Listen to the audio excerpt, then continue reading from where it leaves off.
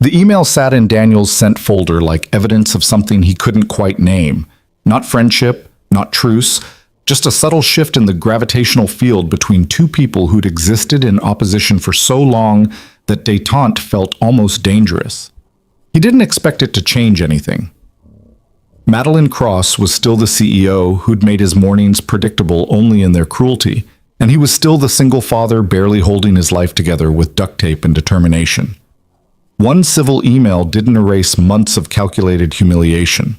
But Wednesday morning, when Daniel arrived at his desk with Lily's latest artwork, a drawing of what appeared to be either a cat or possibly a dragon, the distinction remained unclear. He found a note on his keyboard. Plain white paper, folded once, his name written across the front in handwriting that was somehow both elegant and aggressive. Each letter formed with the kind of precision that suggested its author approached even penmanship as a competitive sport. Inside, a single line: "The dragon is better than the cat."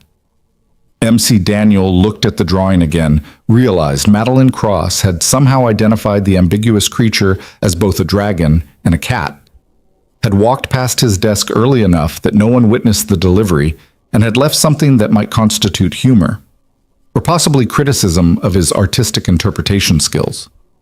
With Madeline, the distinction remained perpetually unclear. He tucked the note into his desk drawer with the others he kept. Lily's cards, Sarah's last birthday message to him, the hospital bracelet from the day his daughter was born. Evidence of moments that mattered, tucked away like talismans against the harder days. The morning proceeded without incident. Madeline made her usual rounds through the department, but when she reached Daniel's corner, she simply nodded. A gesture so brief anyone watching might have missed it, and continued past without commentary on his workspace decor, his clothing, or his existence in general. The absence of cruelty felt louder than any insult she'd previously delivered, and Daniel wasn't the only one who noticed. "Did that just happen?"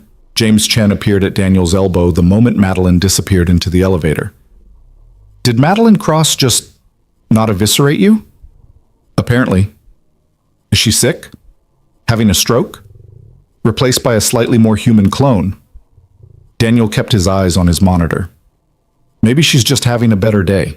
Madeline Cross doesn't have better days. She has terrifying days and apocalyptic days. Those are the only two settings." James lowered his voice conspiratorially. He took his lunch with Lily in the daycare center, listened to her enthusiastic explanation of why purple was scientifically the best color, and tried not to think about the payment still due Friday or the careful calculations he'd been running every night, moving money between mental categories like a chess player trying to avoid checkmate. Thursday brought the kind of autumn rain that made everything gray and heavy, the city wrapped in clouds so low they seemed to press down on the buildings like a physical weight. Daniel arrived early again, coffee in hand, umbrella dripping in the stand by the elevator. The system's engineering department was still mostly empty, just a few other early arrivals hunched over keyboards. The morning silence broken only by the ambient hum of electronics and climate control. He was deep in code review when movement caught his peripheral vision. Madeline Cross stood beside his desk, not passing through on her morning inspection, but actually standing there, waiting for him to notice her presence. She wore another perfectly tailored suit, this one charcoal gray, and her expression held something Daniel couldn't quite identify. Not anger, not even impatience. Something softer, more uncertain. "Mr. Reed?" Her voice was quiet enough that it wouldn't carry to the other early arrivals. "Do you have a moment?" Every instinct Daniel possessed screamed warnings. Nothing good came from private conversations with Madeline Cross, but he minimized his code window and turned to face her, searching her face for clues about what fresh disaster she'd devised. "Of course, Ms. Cross." "Not here." She glanced toward the conference room at the department's far end, currently dark and empty. "Somewhere we can speak privately." Daniel's stomach dropped, but he stood and followed her across the office, acutely aware of the few other employees watching this procession with barely concealed curiosity.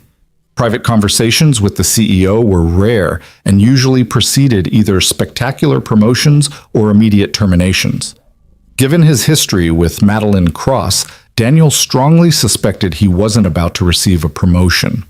The conference room was cold, The climate controls set to a temperature that assumed the space would be full of bodies generating warmth through existence and nervous energy. Madeline closed the door behind them, but didn't immediately speak, instead moving to the window where rain streaked down the glass in patterns that looked almost intentional, almost beautiful. "I owe you an apology," she said finally, still facing the window, her reflection visible in the rain-darkened glass. "For the past 6 months, for every morning, for using you as my daily target practice." Daniel stood frozen, unable to process what he was hearing. Madeline Cross didn't apologize. Madeline Cross barely acknowledged other people's humanity, let alone her own capacity to harm it. But here she was, her shoulders tense with what might actually be discomfort, offering something that sounded remarkably like contrition. "I don't expect you to accept it," she continued. "I probably wouldn't, in your position. But I needed to say it. What I've done, how I've treated you, it's been inexcusable." "Why?" The question escaped before Daniel could stop it.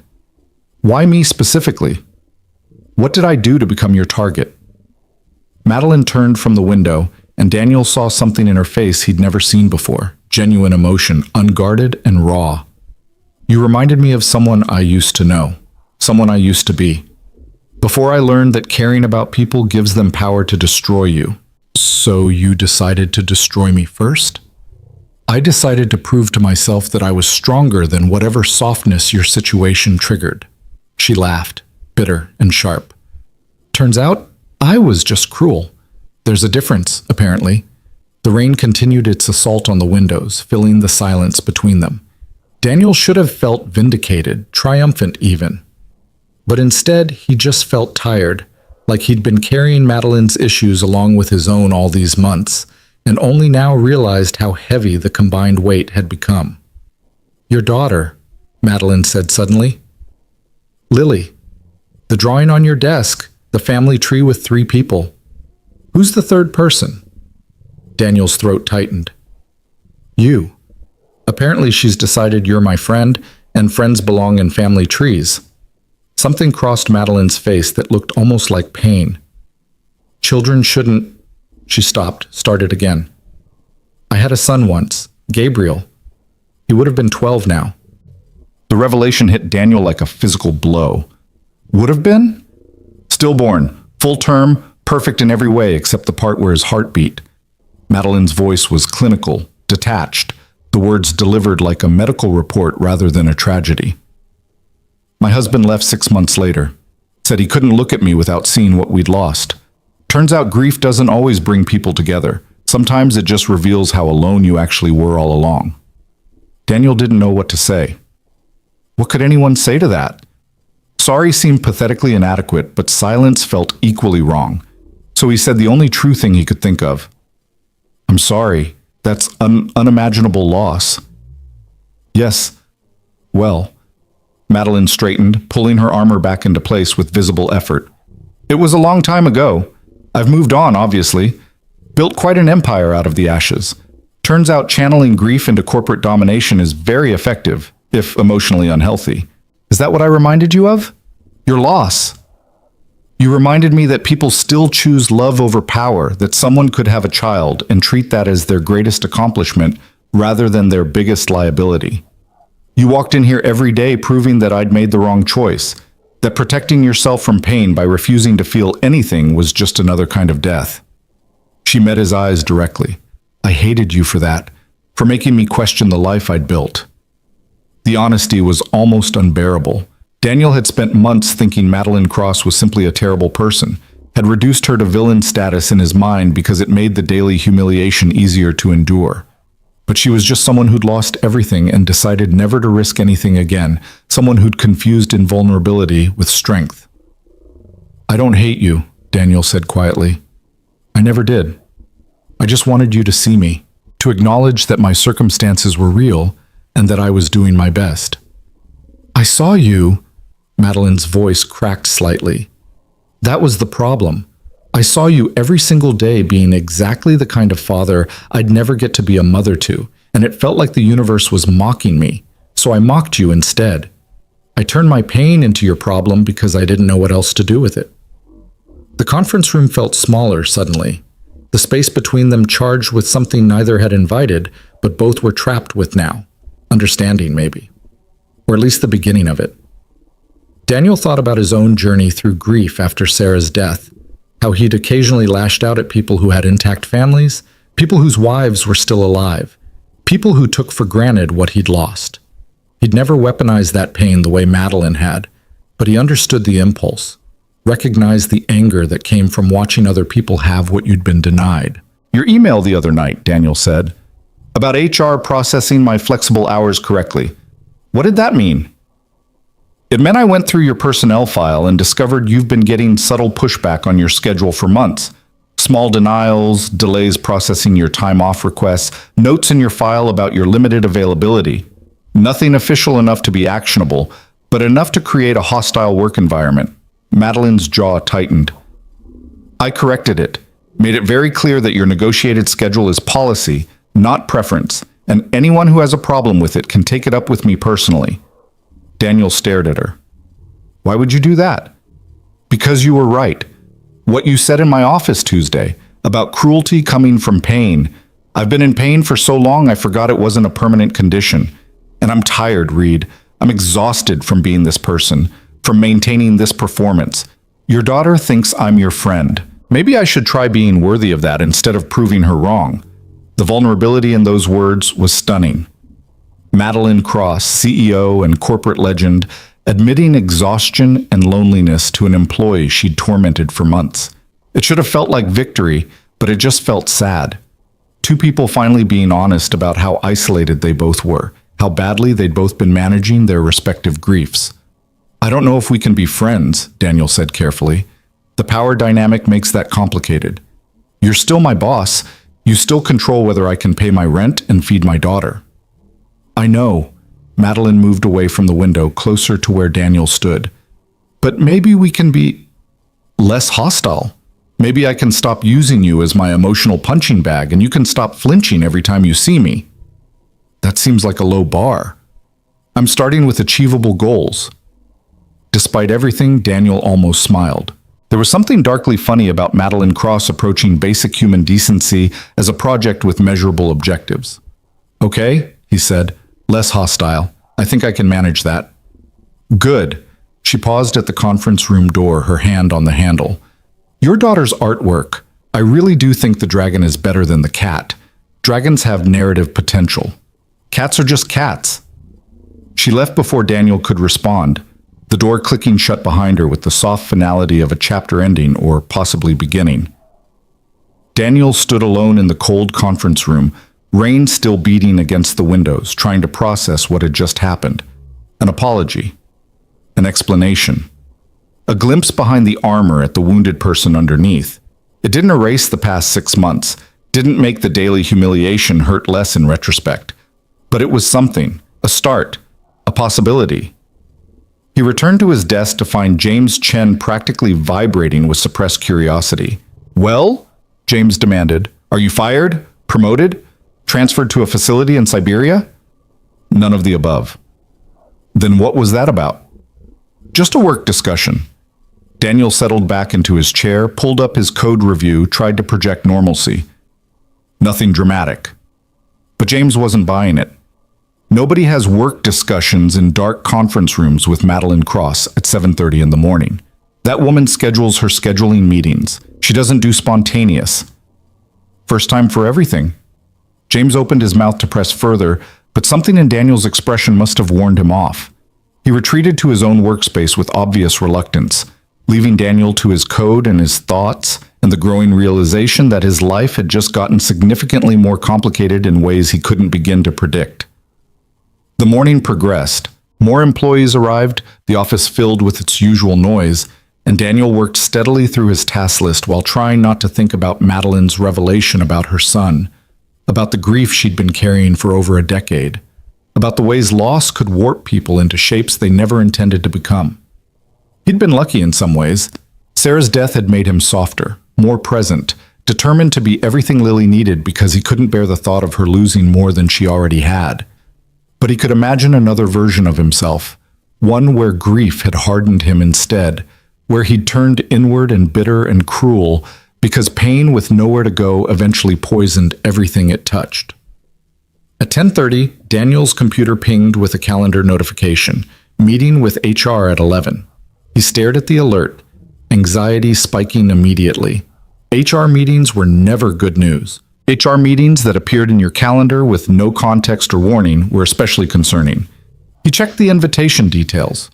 Benefits review, D. Reed, with Patricia Winters listed as the organizer. Patricia, who ran the entire HR department and definitely didn't handle routine benefits reviews personally. This was bad. This was Madeline's HR correction blowing up in his face. This was him getting fired for causing trouble, for being the squeaky wheel that got replaced rather than greased. Daniel made it through the next 30 minutes on autopilot, his hands moving across the keyboard while his mind spiraled through worst-case scenarios. How long could he stretch his savings? What other tech companies were hiring? Could he afford the gap in health insurance? Would he have to pull Lily from the daycare she loved, from the stability and routine that had finally made her feel safe again? At 10:55, he headed toward HR on the building's 32nd floor. The HR suite was decorated with motivational posters about teamwork and innovation, the corporate equivalent of telling people to have a nice day while auditing their expense reports. Patricia Winters' office occupied the corner, actual walls instead of glass partitions, a door that closed, the kind of privacy that came with sufficient seniority. Her assistant waved Daniel through immediately. "She's expecting you." Patricia sat behind a desk that was somehow both immaculately organized and clearly well used, every document in its place, but the whole arrangement suggesting someone who actually worked, rather than just performed work for appearances. She was somewhere in her 50s, with steel gray hair cut in a practical bob, and reading glasses on a chain that made her look like everyone's competent aunt. "Mr. Reed, please sit." She gestured to the chair across from her desk. "Thank you for making time on short notice." "Of course."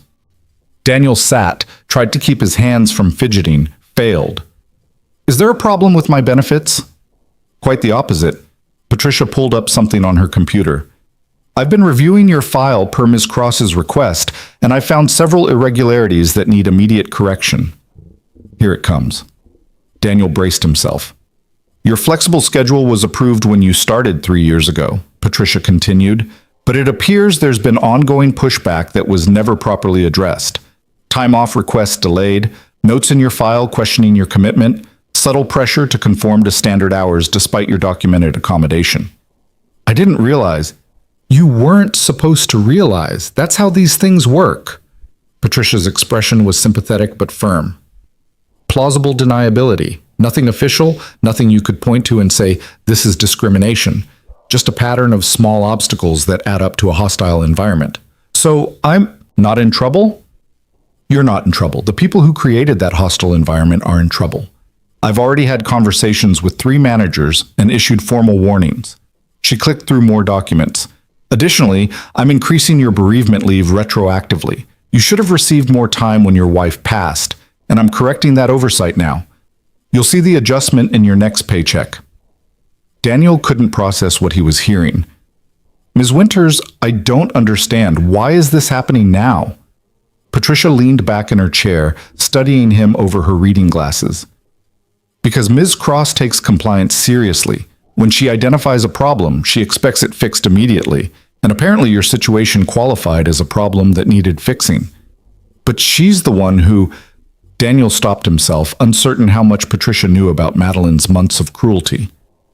"Who made your life difficult?" Patricia finished for him. "Yes, I'm aware. Miss Cross and I had a very frank conversation yesterday about management behavior and hostile work environments. She's addressing her approach." The careful phrasing told Daniel exactly how uncomfortable that conversation must have been. He couldn't imagine Madeline sitting in this office being lectured about her behavior by HR, couldn't picture her accepting criticism without her usual armor of authority and defensiveness. But apparently it had happened. Apparently she'd subjected herself to correction because she meant what she'd said in the conference room about being tired of the person she'd become. "There's one more thing." Patricia handed him a folder. "We're restructuring the daycare center's payment policies. Effective immediately, payment is due on a monthly basis instead of weekly, and we're implementing a sliding scale based on salary. Your rate is being reduced by 40%. Daniel's hands shook slightly as he took the folder. 40%. That was the difference between constantly juggling bills and actually being able to breathe. That was being able to afford Lily's asthma medication without choosing which other expense to sacrifice. That was the possibility of saving money instead of living perpetually on the edge of disaster. Ms. Winters, this is... I don't know what to say. Don't thank me. Thank Ms. Cross. This was her initiative. Patricia's expression softened. Between you and me, Mr. Reed, I've worked with Madeline Cross for 8 years. She's brilliant and demanding and occasionally terrifying. But I've never seen her personally intervene in an employee's circumstances like this. Whatever conversation you two had, it made an impression. Daniel left HR in a daze, the folder clutched against his chest like a shield, or possibly proof that the last hour had actually happened. He made it back to his desk, sank into his chair, and stared at his monitor without seeing anything on the screen. Madeline Cross had just made his life measurably better. The woman who'd spent 6 months making every morning a fresh exercise in humiliation had apparently spent the last 2 days systematically correcting every professional obstacle he faced. Why? His phone buzzed, a text from an unknown number. Don't read too much into it. I'm just correcting my own mistakes. MC Daniel stared at the message. She'd gotten his personal cell number from his file, was apparently reading his mind from wherever she was in the building, and was already trying to manage the narrative about her actions. But underneath the dismissive tone, he heard something else. Discomfort with being seen as kind, anxiety about changing the established dynamic between them, uncertainty about what came next now that she'd stopped performing cruelty and didn't quite know what else to perform instead. He typed back, "Thank you anyway." 3 dots appeared, disappeared, appeared again. Finally, "You're welcome." 2 words that probably took Madeline Cross more courage to type than most people spent on entire conversations. Daniel set his phone down, opened the HR folder, and tried to focus on documentation that outlined his new benefits instead of on the growing complexity of his relationship with the woman who'd been his tormentor and was now apparently... what? Ally? Friend? Person who'd recognized her own cruelty and was attempting repair? Lunch with Lily that day felt different.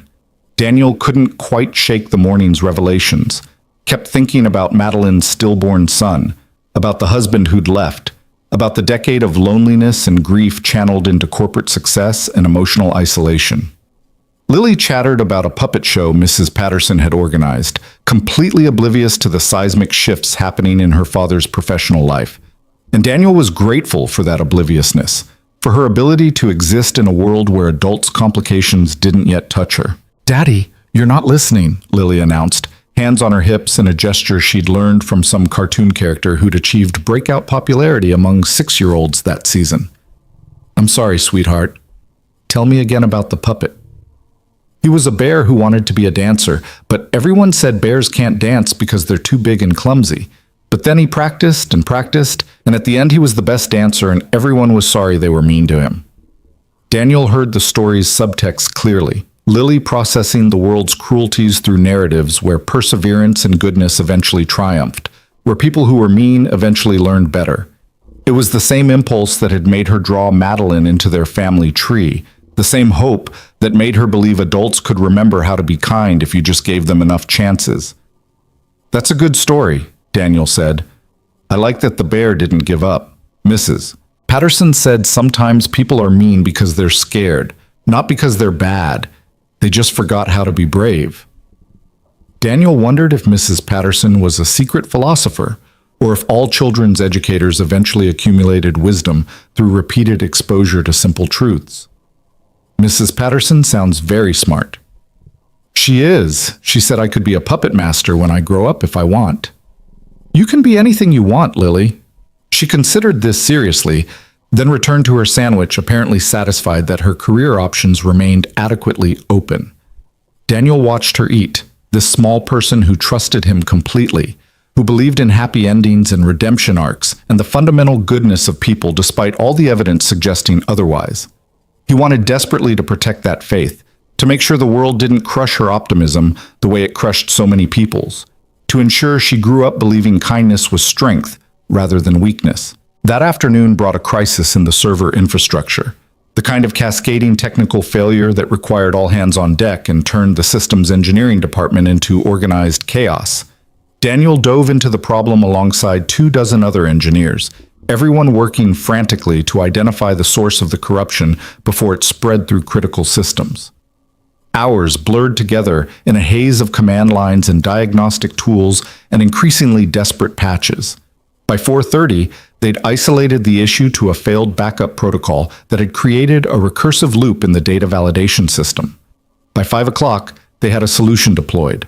By 5:15, Daniel was covered in stress sweat and caffeine jitters and the particular exhaustion that came from averting disaster through teamwork and technical expertise. He was packing up to leave, 5:30 exactly, because some boundaries mattered even during emergencies, when Madeline appeared in the department doorway. She'd discarded her suit jacket at some point, her sleeves rolled up in a gesture that made her look almost human, almost approachable.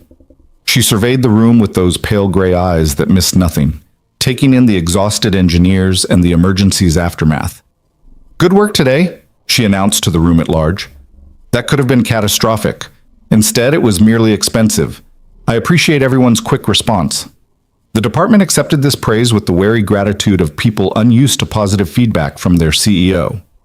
Madeline's gaze found Daniel across the room, held for a moment that felt weighted with something unspoken, then moved on. Those who stayed past their scheduled hours will see overtime compensation on their next check. And I'm buying dinner for anyone who needs to stay late finishing the documentation. Have the restaurant bills sent to my assistant. She paused at the doorway. "Reed, a word before you leave?" Every person in the department suddenly became very interested in their keyboards. Daniel felt their curiosity like physical pressure as he followed Madeline into the corridor away from the office's glass walls and observant eyes. "You left at 5:30, Madeline said without preamble. "That's my scheduled time." In the middle of a crisis. The crisis was resolved by 5. The rest is documentation and cleanup that doesn't require my specific expertise. Daniel kept his voice level. "You told HR my flexible schedule was policy. I'm following that policy." Something that might have been approval flickered across Madeline's face. "Good. I'm glad you're holding the boundary. I was testing whether you'd actually enforce it or if you'd revert to sacrificing your needs when pressed." "That was a test?" "Everything's a test, Reed. The question is whether you're learning the right lessons." She glanced toward the elevator, then back to him. "Your daughter, Lily. I'd like to meet her properly. Not just pass her in the hallway, but actually talk to her if you'd be comfortable with that." Daniel's protective instincts flared immediately. "Why?" "Because she drew me into your family tree. Because she thinks I'm your friend. Because I'd like to understand why a 6-year-old has more faith in people than most adults manage." Madeline's expression was vulnerable in a way that looked physically painful for her. "And because I'd like to see what I might have had, if my son had lived. Just for a moment. Just to remember what it feels like to be someone's whole world." The honesty was devastating. Daniel thought about saying no, about protecting Lily from whatever complications might arise from proximity to Madeline Cross. But he remembered the drawing, remembered Lily's insistence that Madeline just needed to remember how to be kind, remembered his own journey through grief and the way small kindnesses from strangers had sometimes been the only thing standing between him and complete collapse. "Tomorrow," he said. "Lunch in the daycare center, 30 minutes. If Lily seems uncomfortable at any point, you leave immediately." "Agreed." "And Ms. Cross, she's 6. Whatever you're looking for in this interaction, closure, understanding, absolution, she can't provide that. She's just a kid who likes purple and makes up songs and believes in happy endings. Don't make her responsible for your healing." Madeline's jaw tightened, but she nodded. "I understand." Daniel left her standing in the corridor and headed for the elevator, his heart pounding with anxiety about what he'd just agreed to. Introducing Lily to Madeline felt like inviting a hurricane into their carefully structured calm, like risking his daughter's emotional safety for the sake of someone else's redemption arc.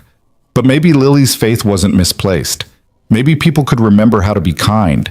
Maybe Madeline Cross could look at his daughter and see possibility instead of loss, future instead of past. Or maybe this would be a disaster that Daniel would spend years trying to help Lily process. Too late now. The decision was made. That night, after Lily was asleep, Daniel sat at his kitchen table staring at the HR documentation that outlined his improved benefits. 40% reduction in daycare costs, retroactive bereavement leave, protected flexible schedule. It was more than a correction of past wrongs. It was Madeline using her power to materially improve his life in ways that would ripple forward for months or years. It was her version of apology, rendered in practical terms because emotions were harder than policy adjustments. His phone buzzed with another text from that now familiar unknown number. "Are you sure about tomorrow?" Madeline, apparently experiencing her own anxiety about their agreement. Daniel typed back, "No, but Lily is." And sometimes 6-year-olds understand things adults have forgotten. The 3 dots appeared and disappeared several times. Finally, "I hope you're right." "Me too." Daniel set his phone aside and went to check on Lily one more time before bed. She was sprawled across her mattress in the boneless way children slept, bun trapped under one arm, her face peaceful in the nightlight's glow. He adjusted her blanket, kissed her forehead gently enough not to wake her, and stood in the doorway watching her breathe. Tomorrow, he would introduce his daughter to a woman who'd spent 6 months making his life miserable, who'd carried grief so long it had calcified into cruelty, who was trying desperately to remember how to be human. Tomorrow, everything might get more complicated or possibly simpler. Tomorrow, Lily might work her particular magic, the kind of magic that came from believing in people's capacity for change, from having faith that kindness could reach anyone if delivered with enough sincerity. Tomorrow. But tonight, Daniel just watched his daughter sleep and hoped he wasn't making a terrible mistake born from his own capacity for empathy, from his inability to ignore someone else's pain even when they'd caused him so much of his own. Friday morning dawned cold and clear, the autumn sun cutting through the city with sharp-edged brightness that made everything look defined and consequential. Daniel dressed carefully, helped Lily choose her favorite dress, the purple one with yellow flowers, naturally, and tried not to project his anxiety onto their usual morning routine. She chattered through breakfast, oblivious to the significance of the day ahead, and Daniel was grateful for that obliviousness, even as he dreaded what might disturb it.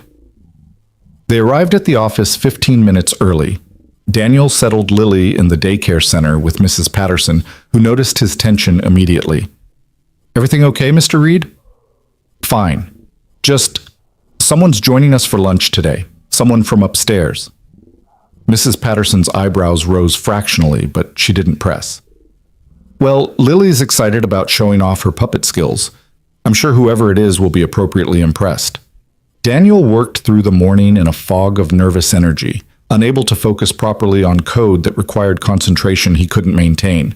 Around him, the office buzzed with its Friday energy. People already mentally checked out for the weekend, conversations drifting toward plans and relaxation, and all the things people with normal lives did when they weren't working.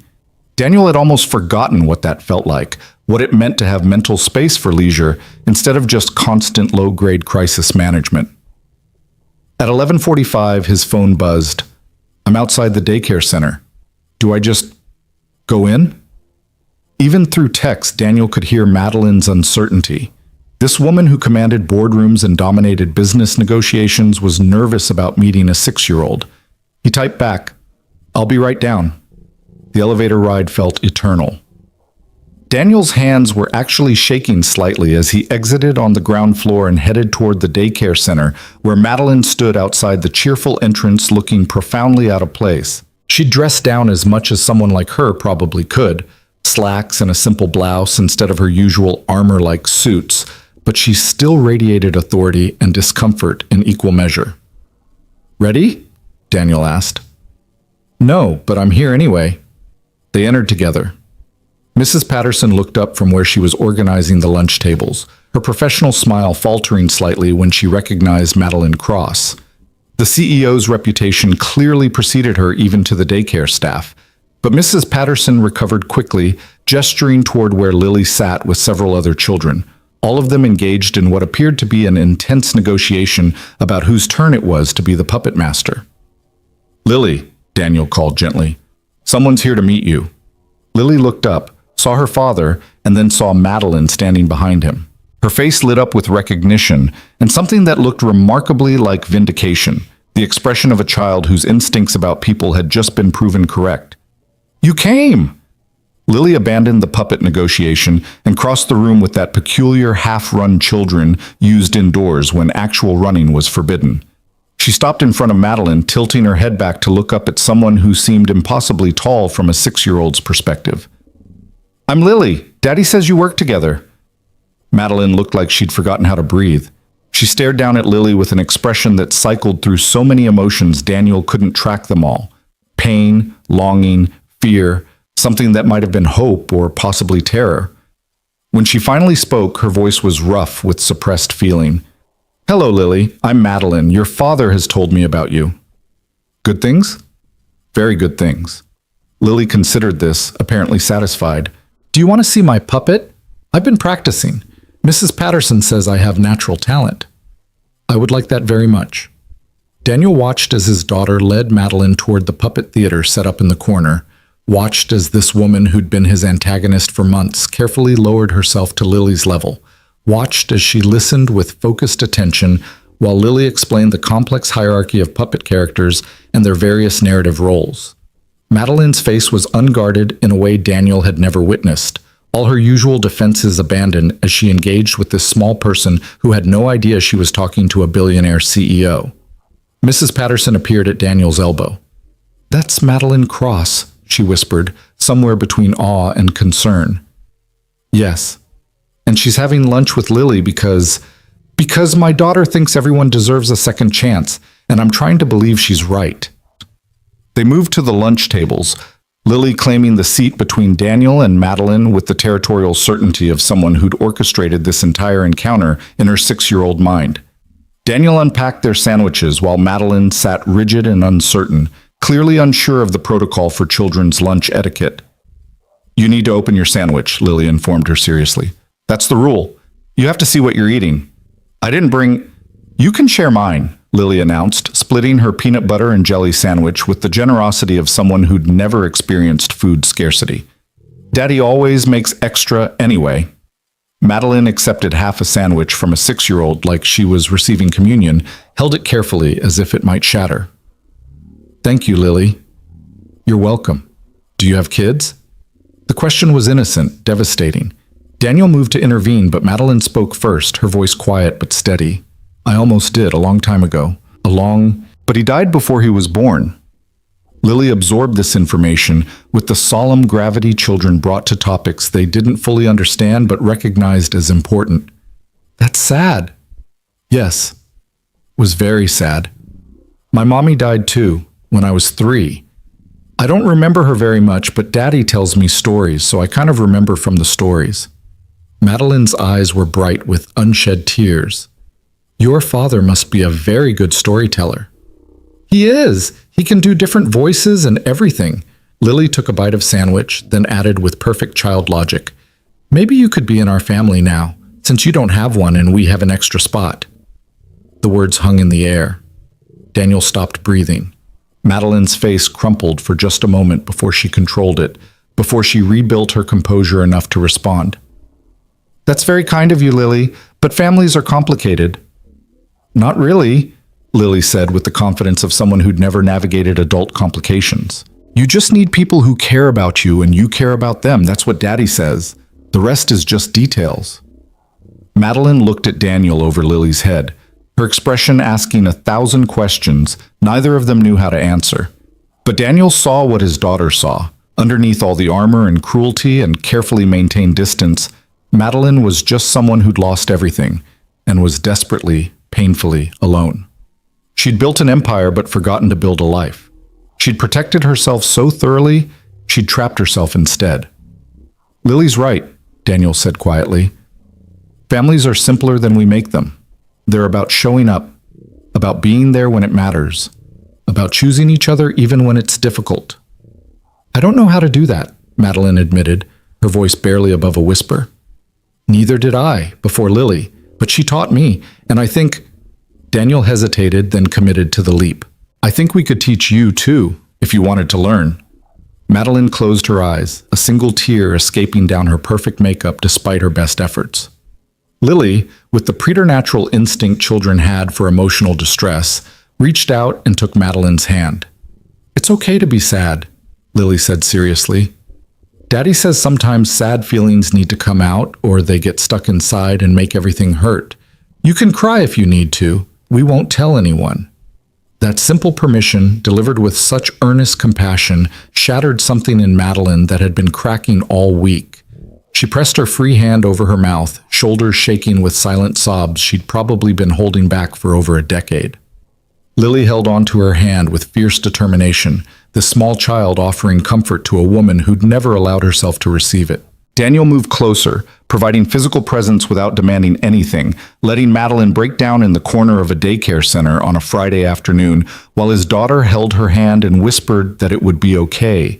Everything would be okay. Sometimes people just needed to cry. And that was fine. That was normal. That was what you did when you remembered you were human instead of just strong. Around them, the daycare continued its normal rhythms. Children played and laughed. Mrs. Patterson quietly redirected curious kids away from their corner.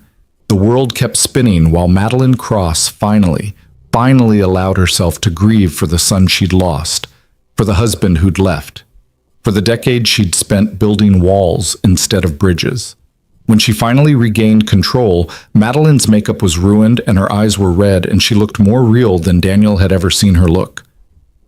"I'm sorry," she said hoarsely. "That was unprofessional." "We're not at work," Lily said matter-of-factly. "This is daycare, different rules. Plus, nobody cares if you cry. People cry all the time. It's not a big deal." Madeline laughed, wet and genuine. "You're very wise, Lily." "I know. Daddy tells me that a lot." They finished lunch with lighter conversation, Lily describing her current favorite cartoon in exhaustive detail, Madeline asking questions with genuine interest, Daniel watching this impossible scene unfold with something that felt dangerously close to hope. When it was time for Madeline to return upstairs, Lily hugged her without hesitation, wrapping small arms around an adult who clearly hadn't been hugged in years. "You should come back," Lily said, "for lunch again. Next week, maybe." "I'd like that," Madeline replied, and Daniel heard the truth in it. Not polite deflection, but actual desire. He walked Madeline back to the elevators, leaving Lily with Mrs. Patterson and the afternoon's activities. They stood in the lobby, neither quite sure how to acknowledge what had just happened, how to name the shift that had occurred. "Thank you," Madeline said finally, "for trusting me with her, for not assuming I'd contaminate her with my dysfunction. You're not as dysfunctional as you think. You're just hurt. There's a difference. She's remarkable. Your daughter. She has no concept of how cruel the world can be. I hope to keep it that way as long as possible." Madeline nodded, understanding that protective impulse bone deep. "I meant what I said to her about wanting to learn. I don't know if I can be part of a family again, don't know if I remember how, but I'd like to try, if you'll let me." Daniel thought about all the reasons to say no, the power imbalance, the history, the risk to Lily if Madeline reverted to cruelty or simply lost interest once the novelty wore off. But he also thought about Lily's drawing of three figures holding hands, about Mrs. Patterson's puppet show, where the bear learned to dance despite everyone saying it was impossible, about his own belief that people could change if someone gave them a reason to try. "Lunch next Friday," he said. "Same time. And maybe—" He paused, committed to the vulnerability. "Maybe we could get coffee sometime. Just us. Talk without an audience. Figure out what this is." "This?" "Whatever's happening between us. Whatever changed when you stopped being cruel and started being human." Madeline's expression cycled through emotions too complex to name. "Coffee," she repeated, "like normal people." "Exactly like normal people." "I don't know how to be normal, Reed." "Good thing I'm an excellent teacher." She smiled, small, tentative, but genuine. "Friday then, both lunch and coffee. I'll try not to revert to CEO mode. And I'll try not to flinch every time you walk into a room." They parted there in the lobby, returning to their separate floors and separate roles, both carrying the weight of what had shifted between them. Not resolved, not simple, but different than it had been. Daniel went back to his desk and tried to focus on work, but his mind kept returning to Madeline's face when Lily had offered her a place in their family, to the way she'd held his daughter's hand like it was the most precious thing she'd ever touched. Around him, the office prepared for the weekend. People packed up early, their conversations bright with plans and possibility. And Daniel, for the first time in months, felt like maybe his life was expanding instead of contracting. Maybe the careful boundaries he'd built to protect himself and Lily could become doors instead of walls. Maybe broken people could help each other heal. Maybe loneliness wasn't permanent. Maybe, just maybe, three figures holding hands under a smiling sun wasn't fantasy at all. Maybe it was just difficult. And maybe difficult was okay if you found the right people to be difficult with, people brave enough to remember how to be kind, how to be honest, how to choose connection over safety, even when every instinct screamed that vulnerability meant annihilation. Friday afternoon dissolved into evening. Daniel picked up Lily, drove home through autumn sunset that painted the city gold and amber, and listened to his daughter talk about her day with Madeline, about how she'd known all along that sometimes people just needed reminding about how to be good, how to be present, how to show up for each other, even when it felt impossible. "I like her," Lily announced as they pulled into their apartment complex. "She's sad, but she's trying not to be. That's brave." "Yes," Daniel agreed. "That's very brave." That night, after Lily was asleep, Daniel's phone buzzed one more time. "Thank you. For today. For your daughter. For not giving up on me even when I gave you every reason to." Ems Daniel stared at the message, then typed back, "People deserve second chances. Even CEOs. Even single fathers who are too stubborn to accept less than basic human decency. Especially those." Coffee. Monday morning, before work. Coffee. Monday morning. Daniel set his phone aside, checked on Lily one last time, and went to bed in the apartment that felt slightly less empty than it had just days before. Outside, the city continued its endless motion.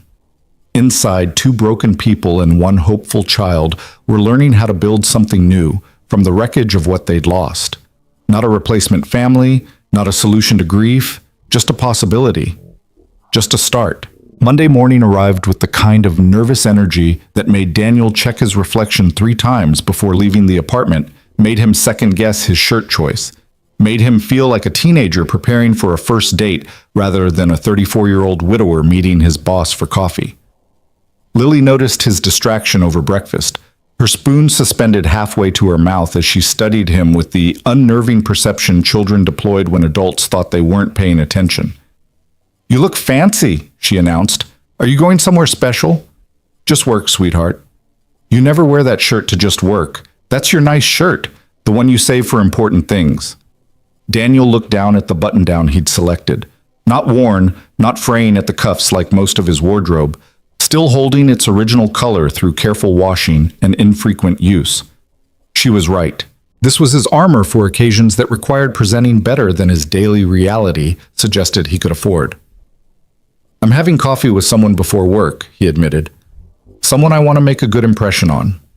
Lily's face lit up with understanding that seemed far beyond her 6 years. "Madeline, you're having coffee with Madeline. How did you—" "Because you got that look. The one you get when you're nervous, excited. Like when we went to the aquarium and you weren't sure if I'd like the sharks, but you really wanted me to like them because you liked them." She took a triumphant bite of cereal. "I knew you guys would be friends. I told you she just needed reminding." Daniel couldn't help but smile despite his anxiety. "You're too smart for your own good." "I know, Mrs. Patterson says I have emotional intelligence." Lily pronounced the phrase carefully, clearly proud of vocabulary that exceeded typical 6-year-old standards. "That means I understand feelings." "Yes, it does." "So do you like her, or just regular like her?" The question landed like a bomb in the middle of their breakfast routine. Daniel stared at his daughter, searching for appropriate responses that didn't involve explaining the complicated territory between professional relationship, tentative friendship, and whatever else was developing between him and Madeline Cross. They were building something, certainly, but its shape remained unclear, too early for definitions, too charged with history to be simple. "I'm still figuring that out," Daniel said finally, opting for honesty over deflection, "but I like her enough to have coffee with her, to give her a chance to be different than she was before." Lily nodded sagely, as if this confirmed theories she'd been developing. "Good, because I think she needs people. She seems really alone, like nobody ever taught her how to have friends." The assessment was devastatingly accurate. Daniel kissed the top of Lily's head, marveling at her capacity to see clearly through complications that adults obscured with fear and self-protection. "You're absolutely right. Now finish your breakfast or we'll both be late." They completed their morning routine with practiced efficiency. Teeth brushed, backpack checked, bun retrieved from wherever Lily had abandoned him the night before. The drive to cross industries felt different somehow. The familiar route charged with anticipation Daniel couldn't quite contain. He was meeting Madeline Cross for coffee, voluntarily, as something approaching equals rather than CEO and subordinate employee.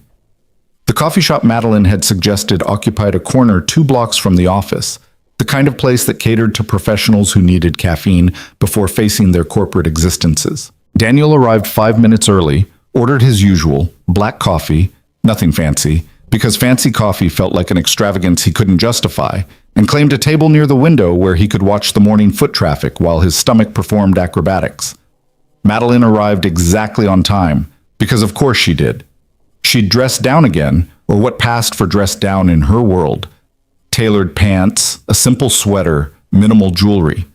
But she still carried herself with that particular authority that came from years of commanding rooms and making decisions that affected thousands of lives. She spotted Daniel immediately, something that might have been relief crossing her face before she schooled it back to neutrality. She ordered something complicated involving multiple modifiers and extra shots, the kind of coffee that required its own instruction manual, then joined Daniel at his window table. They sat across from each other in silence for a moment, neither quite sure how to begin this conversation they'd agreed to have. "Thank you for meeting me," Madeline said finally, wrapping both hands around her cup like she needed the warmth despite the shop's adequate heating. "I wasn't sure you'd actually show up." "Why wouldn't I?" "Because I've given you every reason to avoid me for the rest of your natural life, and yet here you are, voluntarily spending time with me before work hours require it." Daniel took a sip of his coffee, buying time to formulate his response.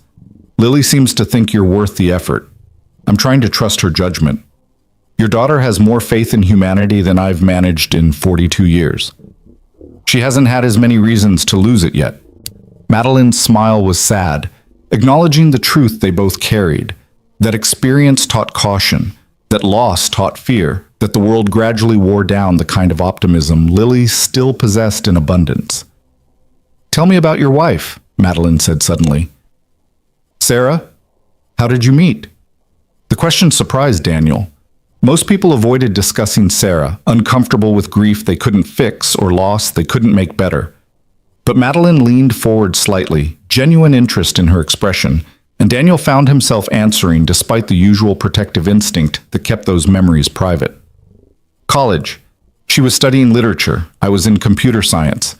We met in a philosophy class neither of us wanted to take, but needed for requirements. She argued with the professor about Kant, demolished his interpretation in front of 50 students, and I fell in love with someone brave enough to challenge authority with nothing but logic and conviction." Sounds formidable. She was. Smart, fierce, completely unimpressed by pretense or posturing.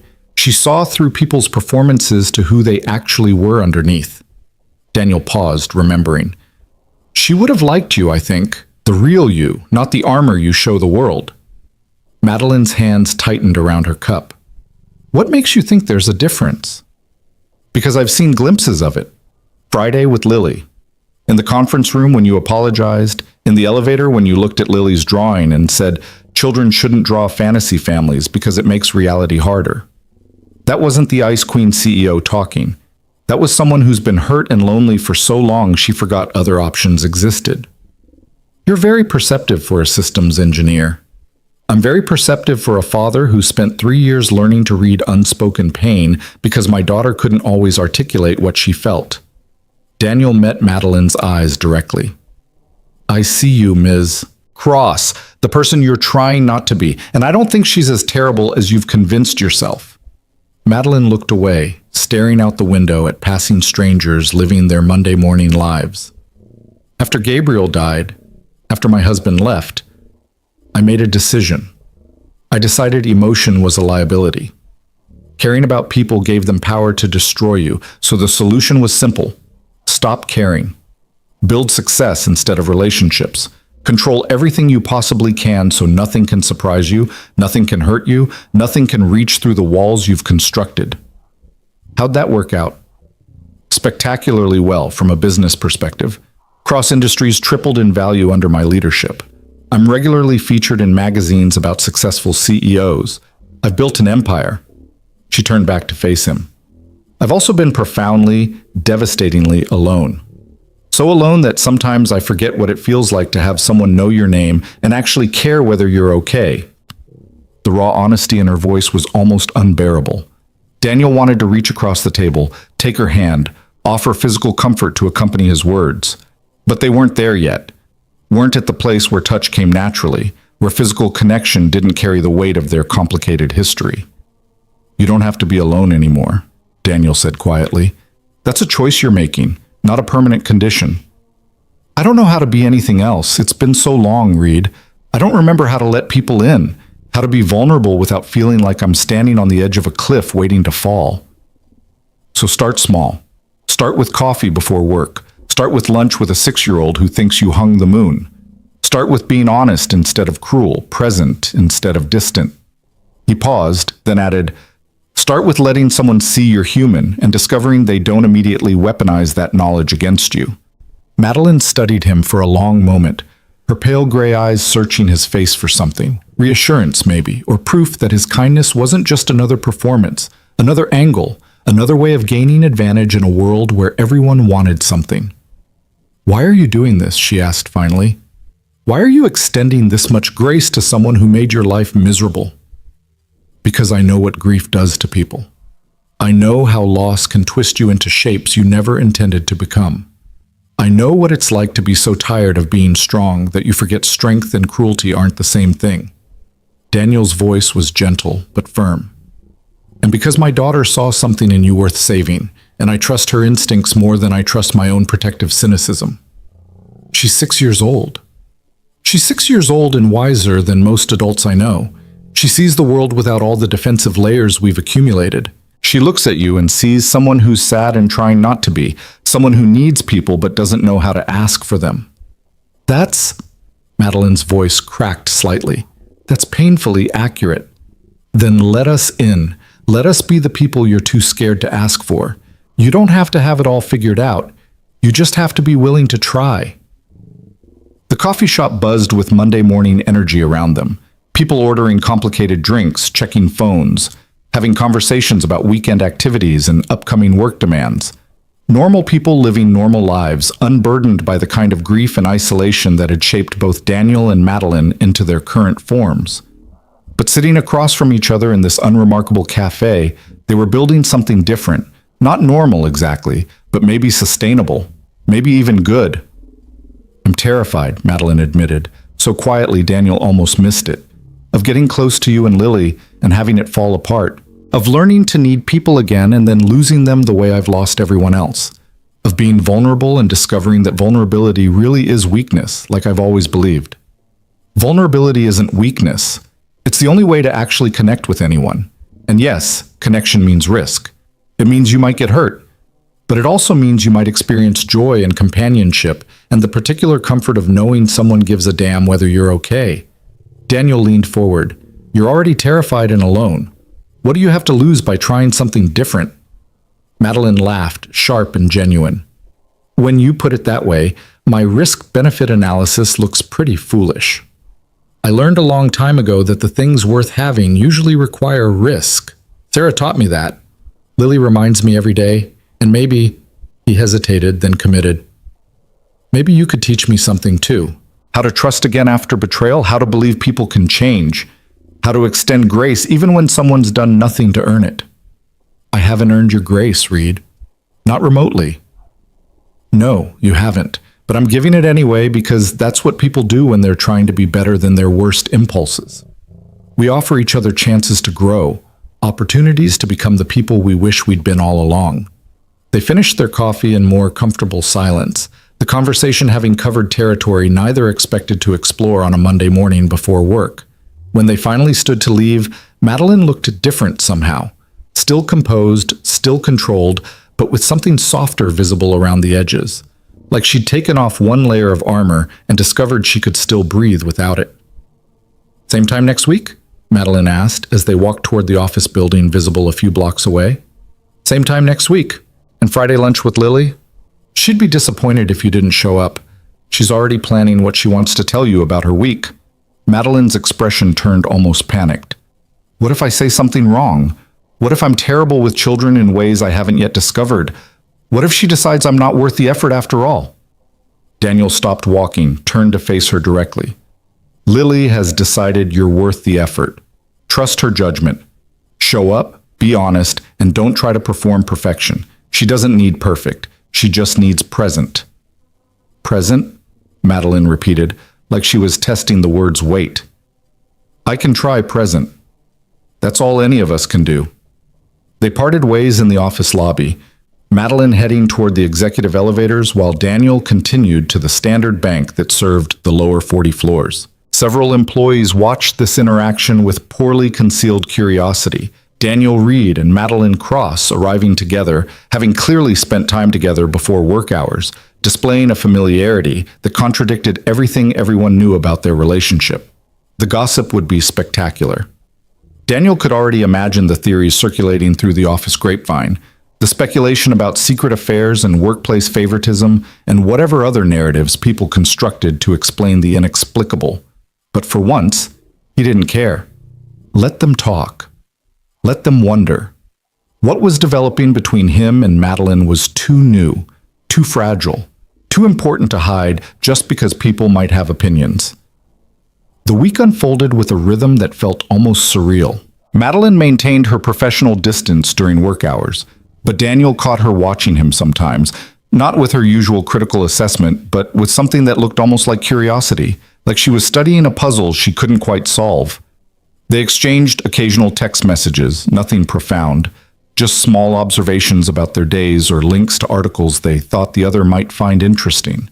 It was the digital equivalent of friendship, tentative and careful, two people learning how to interact without the established scripts of CEO and employee, tormentor and victim.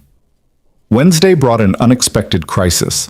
Daniel's car, held together by optimism and discount replacement parts, finally surrendered to entropy in the office parking garage.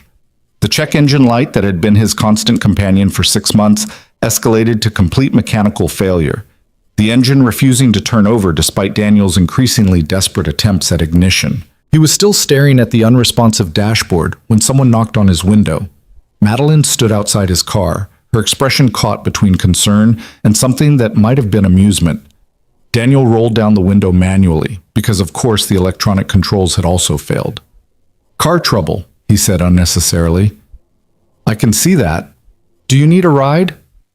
"I need a mechanic, and probably a new car, but I'll settle for calling a tow truck and figuring out how to get Lily home from daycare." "I can take you both." Madeline said it like it was obvious, like offering her CEO services as personal chauffeur was a completely reasonable solution to his transportation emergency. "I have a car and driver downstairs. We can pick up Lily, and I'll have you both home in 20 minutes. Daniel's pride immediately rebelled against accepting. He'd been managing his own disasters for 3 years, had learned to solve problems through stubborn determination and creative resource allocation. Accepting help felt like admitting defeat, like acknowledging he couldn't handle his own life. But his practical side recognized reality. It was 5:30, the mechanic he trusted didn't answer calls after 6, and Lily couldn't stay at daycare overnight while he sorted his automotive dysfunction. "Okay," he said, the word tasting like surrender. "Thank you." Madeline's driver, a professional man named Martin, who treated everyone with equal courtesy regardless of their position in the corporate hierarchy, waited with the kind of town car that cost more than Daniel's annual salary. The interior smelled like leather and success, every surface polished to reflection. The whole vehicle, a mobile representation of the economic divide between Madeline's world and Daniel's reality. They collected Lily from the daycare center, where she greeted Madeline with the enthusiasm of someone meeting a celebrity and climbed into the town car with the unbridled excitement children brought to novel experiences. "This is so fancy," she announced, running her hands over the leather seats. "Do you ride in this every day?" "Every day?" Madeline confirmed, watching Lily's delight with an expression that mixed warmth and something that looked almost like pain. The expression of someone witnessing childhood joy while remembering their own son would never experience such simple pleasures. That must be nice. Our car makes funny noises and the door doesn't open right, and Daddy says we have to be gentle with it because it's old and tired. Your car sounds very patient. It is. Daddy says everything deserves respect, even old cars that don't work very well anymore. He says things don't have to be perfect to be valuable. Madeline's eyes found Daniel's in the rearview mirror, and he saw her understanding that his philosophy about respecting imperfect things extended beyond vehicles to people, to relationships, to a woman who'd spent years being cruel because she'd forgotten how to be anything else. They drove through early evening traffic toward the apartment complex Daniel called home, Lily narrating observations about everything they passed while Madeline listened with focused attention. When Martin pulled up to the building, a structure that was charitably described as adequate and more honestly described as barely maintained, Madeline studied it with an expression Daniel couldn't quite read. "Thank you for the ride," Daniel said, gathering his messenger bag and preparing to extract Lily from her continued examination of the car's various luxury features. "I really appreciate it." "Reed, wait." Madeline turned in her seat to face him directly. "Your car. Let me handle it." "Handle it?" "Have it towed to a reputable mechanic, fixed properly, and returned to you. Consider it a work expense. Reliable transportation is essential for employee productivity." Daniel's pride flared hot and defensive. "I don't need charity, Ms. Cross." "It's not charity, it's—" She paused, recalibrated. "It's me trying to be helpful instead of performatively generous. Your car is broken. I have resources to fix it. Let me do this one thing that actually matters, instead of just writing checks to feel like a good person." The raw honesty in her voice diffused Daniel's defensiveness. She wasn't offering help from a position of superiority, but from a position of wanting to be useful, wanting to contribute something meaningful to people she was learning to care about. It was vulnerable in its own way, this admission that she wanted to help but didn't know how to do it without triggering his pride or making him feel diminished. "Okay," Daniel said finally, "but I'm paying you back. Maybe not immediately, maybe in installments over several months, but I'm paying you back." "Deal." Madeline extended her hand to shake on it, and Daniel took it, feeling the warmth of her palm against his, the momentary connection that felt charged with more than just agreement about automotive repair. Lily, oblivious to the emotional subtext, hugged Madeline goodbye through the car window. "See you Friday for lunch. I'm going to tell you about the frog we found at recess." "I look forward to hearing about the frog," Madeline replied, and she sounded like she meant it.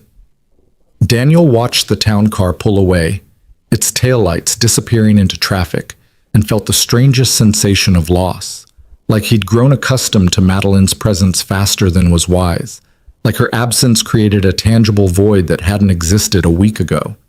Dangerous territory, this growing attachment to someone who'd so recently been his antagonist. But he was too tired to fight it, too worn down by years of isolation to push away connection when it finally appeared. Thursday afternoon brought the call from the mechanic, a laundry list of repairs that would cost nearly $1,500 to complete properly. Daniel listened to the itemized breakdown with mounting horror, doing rapid calculations in his head, trying to figure out which repairs were critical versus merely advisable. But Madeline had already authorized the work, had already provided payment information, had already solved the problem before Daniel could stress about solving it himself. He texted her immediately. "You didn't have to fix everything, just enough to get it running." Her response came within seconds. "I did have to. Your daughter rides in that car. I wasn't sending her back into something unsafe just to preserve your pride." The maternal protectiveness in that message hit Daniel unexpectedly hard. Madeline was thinking about Lily's safety, prioritizing a child she barely knew over financial efficiency or social protocols about acceptable assistance. It was the kind of thing a parent would do, the kind of instinct that came from caring about someone's well-being more than you cared about boundaries or propriety. "Thank you," Daniel typed back. "Really? Thank you." "Friday lunch," Madeline responded. "Don't forget." Like he could forget. Like the highlight of his week wasn't increasingly becoming those 30 minutes in the daycare center watching Madeline Cross remember how to be human through his daughter's enthusiastic tutorials on childhood joy. Friday arrived with the kind of anticipation that made the morning drag interminably. Daniel worked through routine tasks with half his attention, the other half already downstairs in the daycare center preparing for Madeline's arrival. At 11:45, his phone buzzed. "I'm nervous. What if I say something wrong?" Daniel smiled at the message, at this powerful CEO reduced to anxiety about lunch with a first grader. "You'll be fine. Just be yourself. Myself is terrifying, not to Lily. To her, you're just Madeline, her father's friend, the lady who's learning how to be part of our family." 3 dots appeared and disappeared several times before Madeline's response came through. "I don't know how to be part of a family anymore. Good thing Lily's an excellent teacher." Daniel met Madeline in the lobby at noon, found her pacing near the daycare center entrance with the nervous energy of someone approaching an exam they hadn't adequately studied for. She dressed casually again, jeans, actually, which Daniel had never witnessed on her before, and a soft sweater that made her look younger, more vulnerable, less like a corporate powerhouse and more like a person trying to remember how to be normal. "Ready?" Daniel asked. "No, but that doesn't seem to matter anymore. I'm doing things I'm not ready for constantly now. It's exhausting." Welcome to the human condition. They entered the daycare center together, and Lily spotted them immediately. She abandoned the block tower she'd been constructing and rushed over, her face bright with the kind of uncomplicated happiness that came from seeing people you loved showing up exactly when they promised they would. "You came!" She launched herself at Madeline with the confidence of someone who'd never been rejected, and Madeline caught her automatically, this woman who'd lost her own child learning to hold someone else's, learning that physical affection didn't have to hurt even when it reminded you of everything you'd lost. "I promised I would," Madeline said, her voice rough with emotion she didn't quite manage to hide. "I know, but sometimes grown-ups promise and then they forget or get busy or something more important comes up." Lily pulled back to look at Madeline seriously. "But you remembered. That means you're reliable. Daddy says reliable is important." "Your daddy is very wise." "I know. He knows lots of things, like how to fix computers and make spaghetti and do hair that's only a little bit crooked." Lily grabbed Madeline's hand and pulled her toward the lunch tables. "Come on, I saved you a spot." They settled into their now familiar configuration. Lily between Daniel and Madeline, commanding the conversation with stories about her week. She described the frog they'd found at recess with such vivid detail that Daniel could practically see the amphibian in question. She explained her current theory about why clouds were white instead of purple, which involved complex reasoning about color and sky and what happens to crayons when you leave them in hot cars. She asked Madeline questions with the fearless curiosity of someone who didn't understand that CEOs were supposed to be intimidating. What was her favorite color? Did she like dogs or cats better? Had she ever been to Disneyland? Madeline answered each question with surprising patience, engaging with Lily's 6-year-old logic like it was equally valid as adult reasoning. And maybe it was, Daniel thought, watching them interact. Maybe children understood things adults had forgotten. That connection required showing up, that relationships were built through accumulated small moments rather than grand gestures, that everyone needed to feel seen and valued regardless of their age or position or how successfully they'd convinced the world they didn't need anyone. "Can I show you something?" Lily asked suddenly, her voice turning shy in a way that suggested whatever she wanted to share mattered deeply. "Of course," Madeline replied. Lily retrieved her backpack and pulled out a piece of construction paper folded in half. A card, Daniel realized, handmade with the meticulous care children brought to gifts meant for people they loved. She handed it to Madeline with both hands, like she was presenting something precious and fragile. Madeline opened the card carefully. Inside, Lily had drawn 3 stick figures, the same configuration as before, the same family tree representation, but this time she'd added details. The tallest figure wore a tie and glasses like Daniel. The smallest figure had pigtails and held a stuffed rabbit. And the middle figure, the one representing Madeline, wore a smile and held hands with both other figures under a sun that beamed approval on the whole scene. Above the drawing, in Lily's careful printing, "Thank you for being our friend. Love, Lily." Madeline stared at the card like she'd forgotten how to breathe. Her hands trembled slightly, and Daniel watched her face cycle through emotions too raw to witness comfortably. Grief, longing, gratitude, fear. Something that looked almost like hope breaking through years of carefully maintained pessimism. Lily, Madeline's voice cracked. I don't... Do you like it? Lily asked anxiously. I worked really hard on making the hands holding hands look right. Mrs. Patterson said I did a good job. It's perfect. Madeline clutched the card like it was the most valuable thing she'd ever held. It's the most perfect thing anyone's ever given me. Really? Better than money? So much better than money.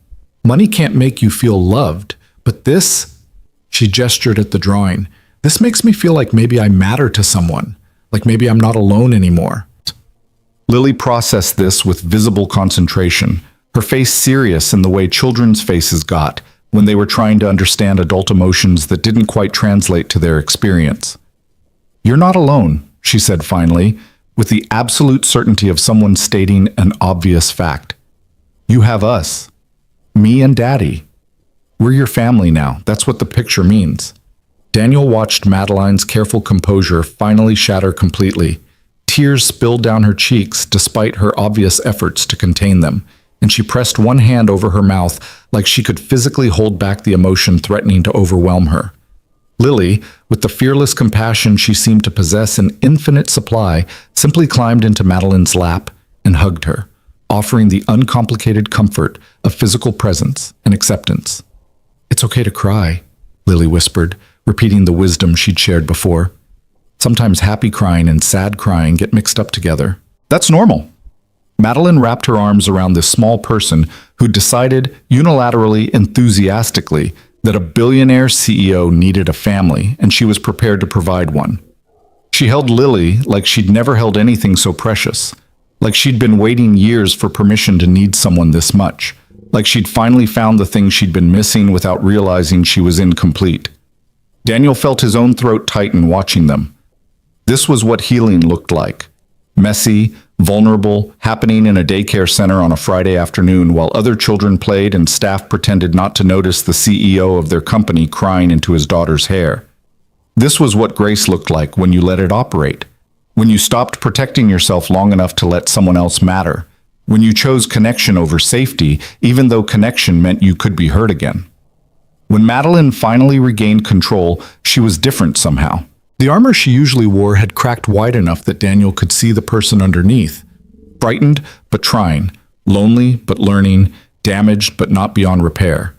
She kept one arm around Lily, who seemed perfectly content to remain in her lap, and with her free hand she reached across the table and took Daniel's hand. "Thank you," she said quietly, her voice still rough from crying, "for letting me be part of this, for giving me a chance to remember what it feels like to be someone's family." Daniel squeezed her hand gently. "You don't have to thank us for caring about you. That's not transactional. That's just what people do when they choose each other. I'm not used to being chosen. I'm used to achieving, to earning, to fighting for every single thing I have. But you two..."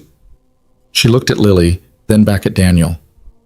"You're just giving this to me, freely, without expecting anything in return."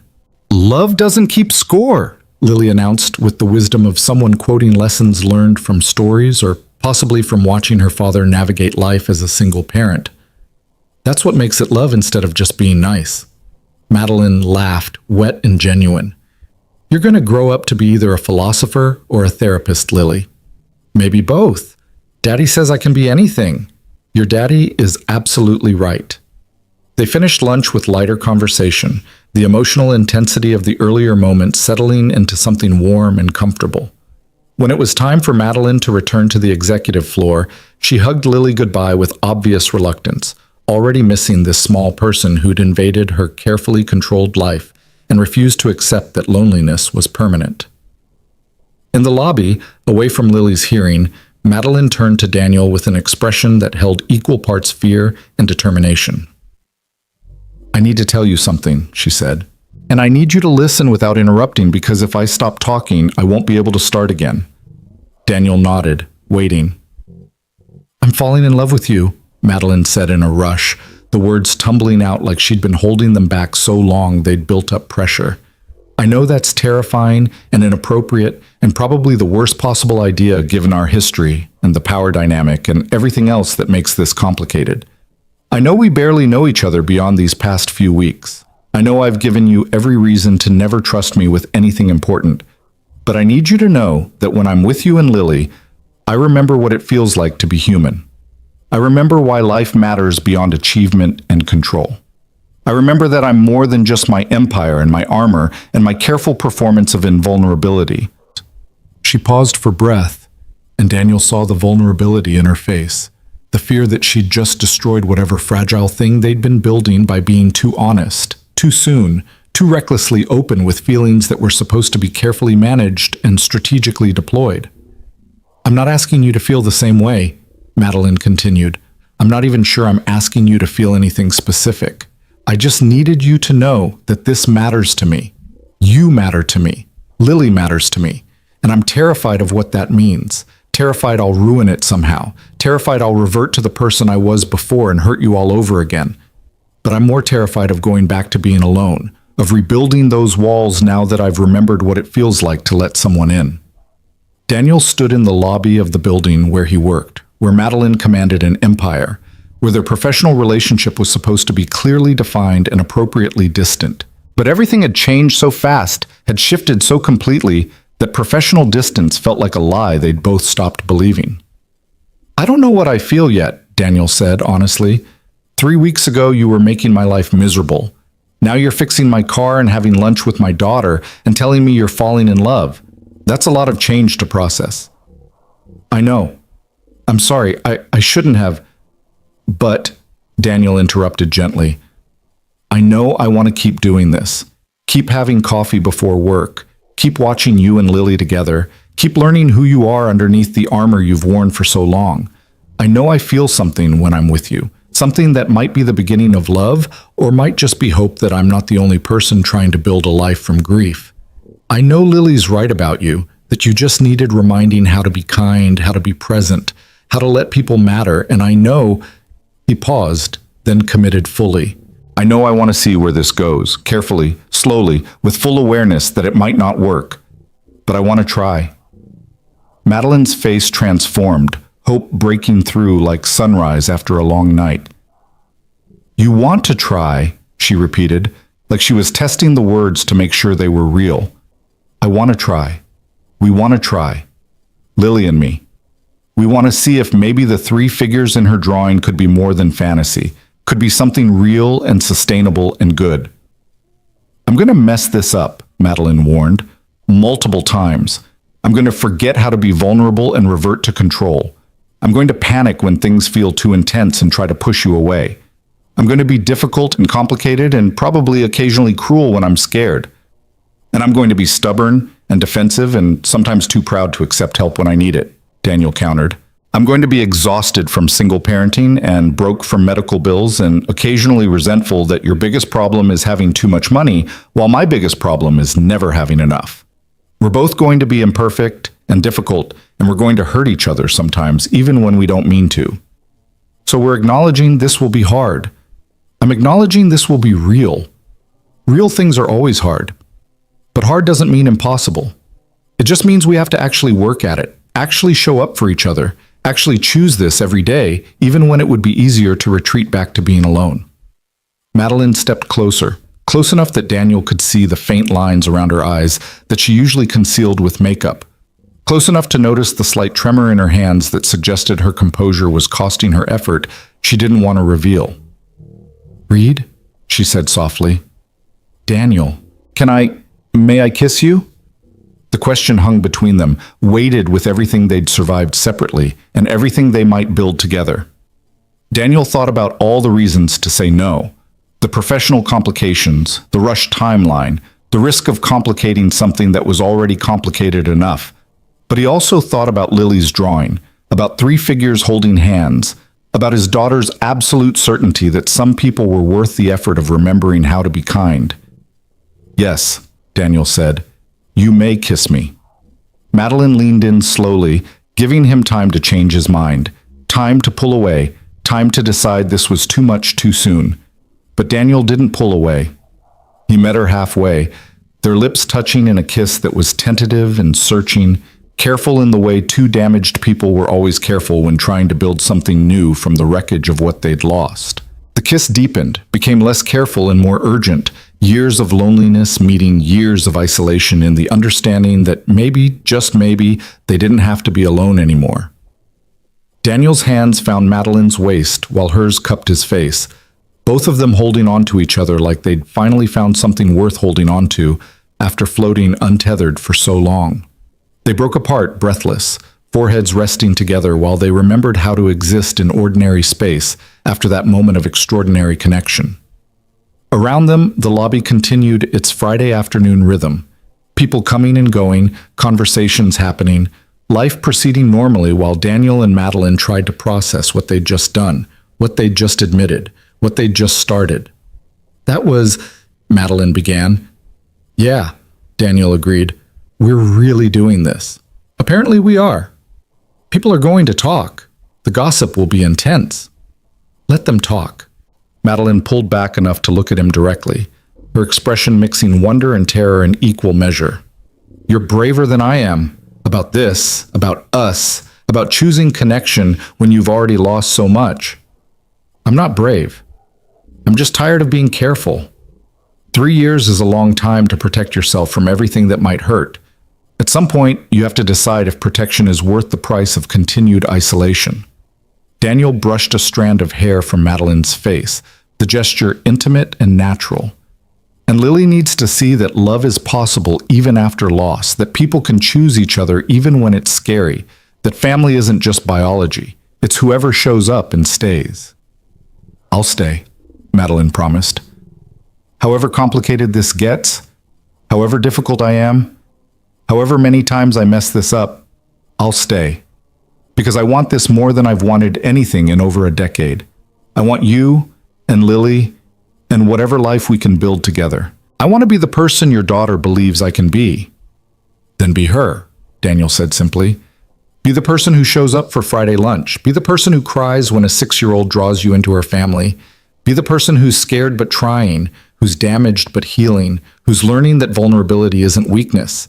It's the only way to actually live, instead of just surviving.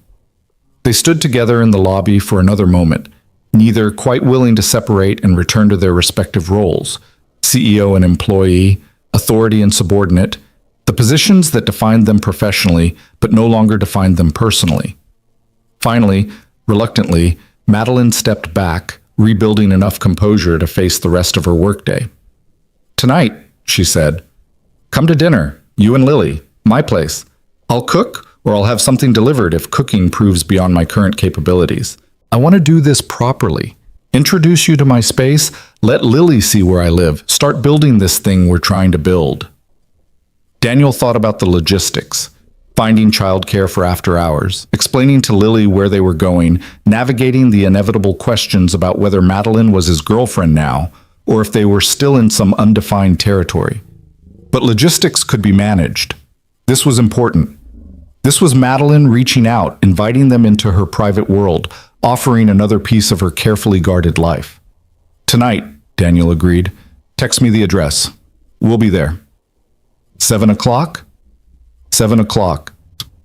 They parted then, Madeline heading toward the executive elevator while Daniel returned to his desk where he had approximately 90 minutes to complete a full day's remaining work before picking up Lily and navigating their first semi-official date with a woman who'd gone from enemy to friend to something much more complicated in the space of 3 weeks. The afternoon passed in a blur. Daniel worked with divided attention, part of his mind on code and systems while the rest replayed the kiss, analyzed Madeline's confession, tried to process his own feelings which remained complicated and partially unexamined. He was attracted to her, that much was clear. But was he falling in love, or was he just desperately lonely and grateful that someone saw him as more than just a struggling single father?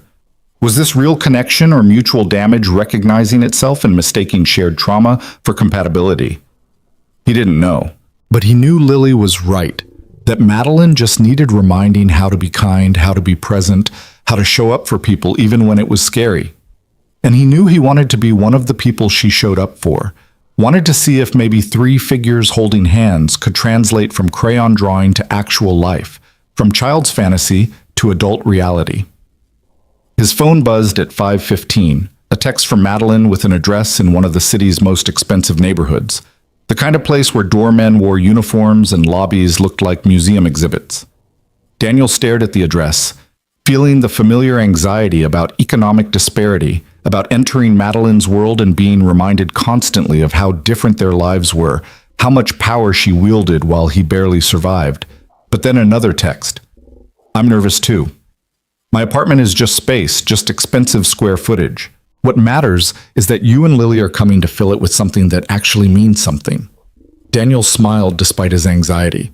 Madeline was learning to read his silences, to anticipate his concerns, to offer reassurance before he had to ask for it. That was intimacy, he thought. Not just physical connection, but emotional attunement, the ability to understand someone's fears and address them without requiring explicit communication.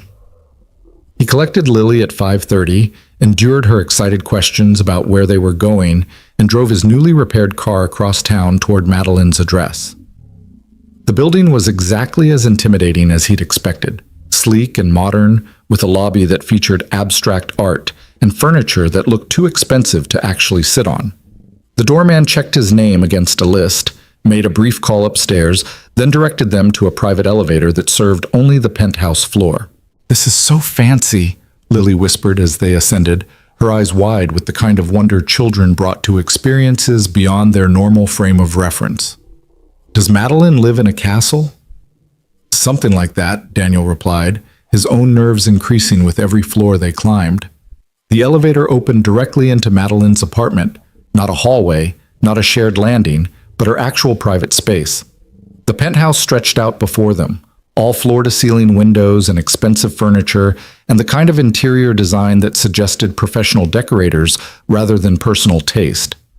It was beautiful in a cold way, perfect in a way that felt sterile, exactly what Daniel would have expected from someone who'd spent years choosing control over comfort. Madeline appeared from what looked like the kitchen area, and Daniel was struck by how different she looked here.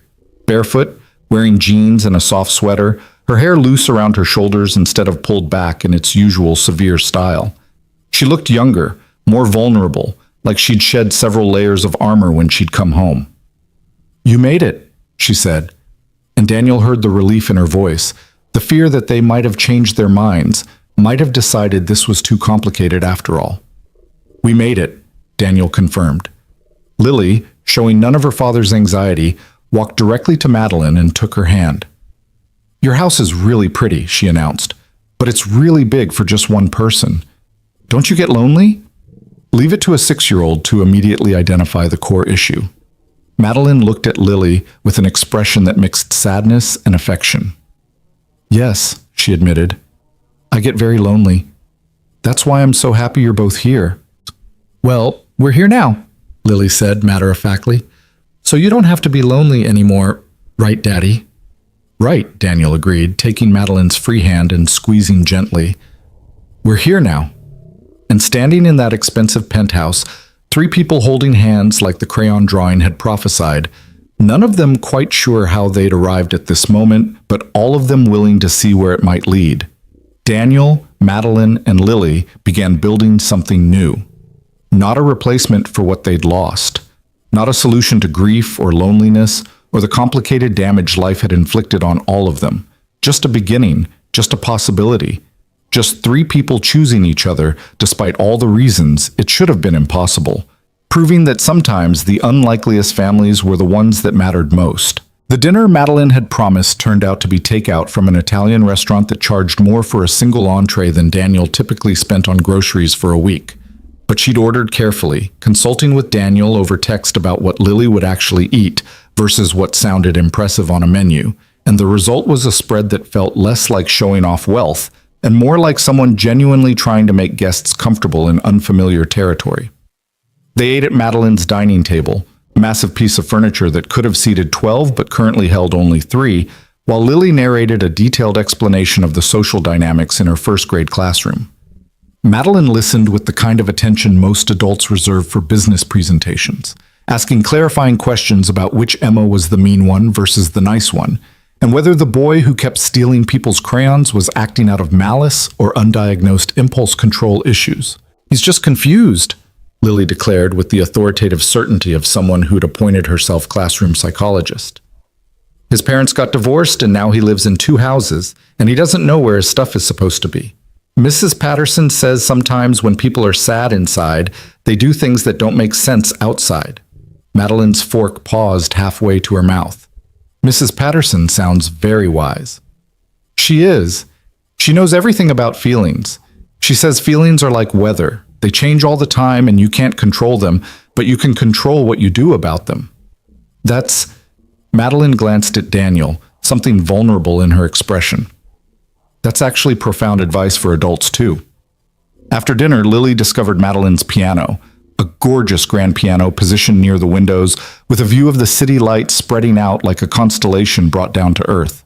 It was clearly expensive, clearly well-maintained, and based on the absence of sheet music or personal touches, clearly decorative rather than functional. "Do you play?" Lily asked, running her fingers gently over the keys in a way that suggested Daniel had successfully taught her to respect other people's possessions.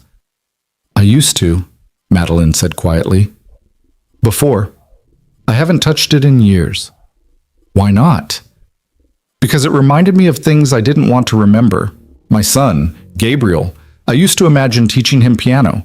I'd sit here and think about his little hands on the keys, about the music we'd make together. After he died, the piano became a monument to all those futures that would never happen." Lily processed this with her characteristic blend of empathy and pragmatism. "But you can't get those futures back by not playing. You're just making yourself sad, and the piano sad. That's double sad instead of just regular sad." Daniel watched Madeline's face as she absorbed his daughter's logic, the kind of simple truth that cut through years of complicated avoidance. "You're right," Madeline said finally. "That is double sad." "So maybe you should play something," Lily suggested. "Not for Gabriel, just for you, because music is nice and you deserve nice things even when you're sad." Madeline looked at Daniel over Lily's head, asking silent permission for something she couldn't quite articulate. Daniel nodded, understanding that this was another wall coming down, another piece of armor being shed, another step toward the person Madeline was trying to remember how to be. She sat at the piano bench, her posture uncertain in a way that contradicted her usual commanding presence. Her hands hovered over the keys for a long moment before finally settling into position. Then she began to play. Something classical that Daniel vaguely recognized but couldn't name. Something that started soft and melancholy before building into something more hopeful, more alive. Lily climbed onto the bench beside Madeline, watching her hands move across the keys with fascination. And Daniel stood near the windows, looking out at the city while listening to music fill a space that had apparently been silent for over a decade, and felt something shift in his chest, the recognition that this was what healing looked like. Not linear, not clean, not the triumphant arc he'd expected. Just messy and human and real. 3 broken people learning how to be whole together, learning that maybe brokenness wasn't permanent if you let the right people help you remember how to be more than just your wounds. When the piece ended, Lily applauded enthusiastically. "That was so pretty. Can you teach me?" "You want to learn piano?" "Yes. Then we could play together and it would be like a concert and Daddy could watch and everything would be perfect." Madeline's eyes filled with tears she didn't try to hide this time. "I would love to teach you piano, Lily, if your father agrees." "I agree," Daniel said, his voice rough with emotion he wasn't quite prepared to examine. "I very much agree." They spent the rest of the evening in Madeline's living room, Lily eventually falling asleep on the couch despite her insistence that she wasn't tired. Daniel and Madeline talking in quiet voices about everything and nothing while the city glittered outside the windows like a promise or possibly a warning about the complexity ahead. "This feels surreal," Madeline admitted, watching Lily sleep with an expression Daniel was learning to recognize.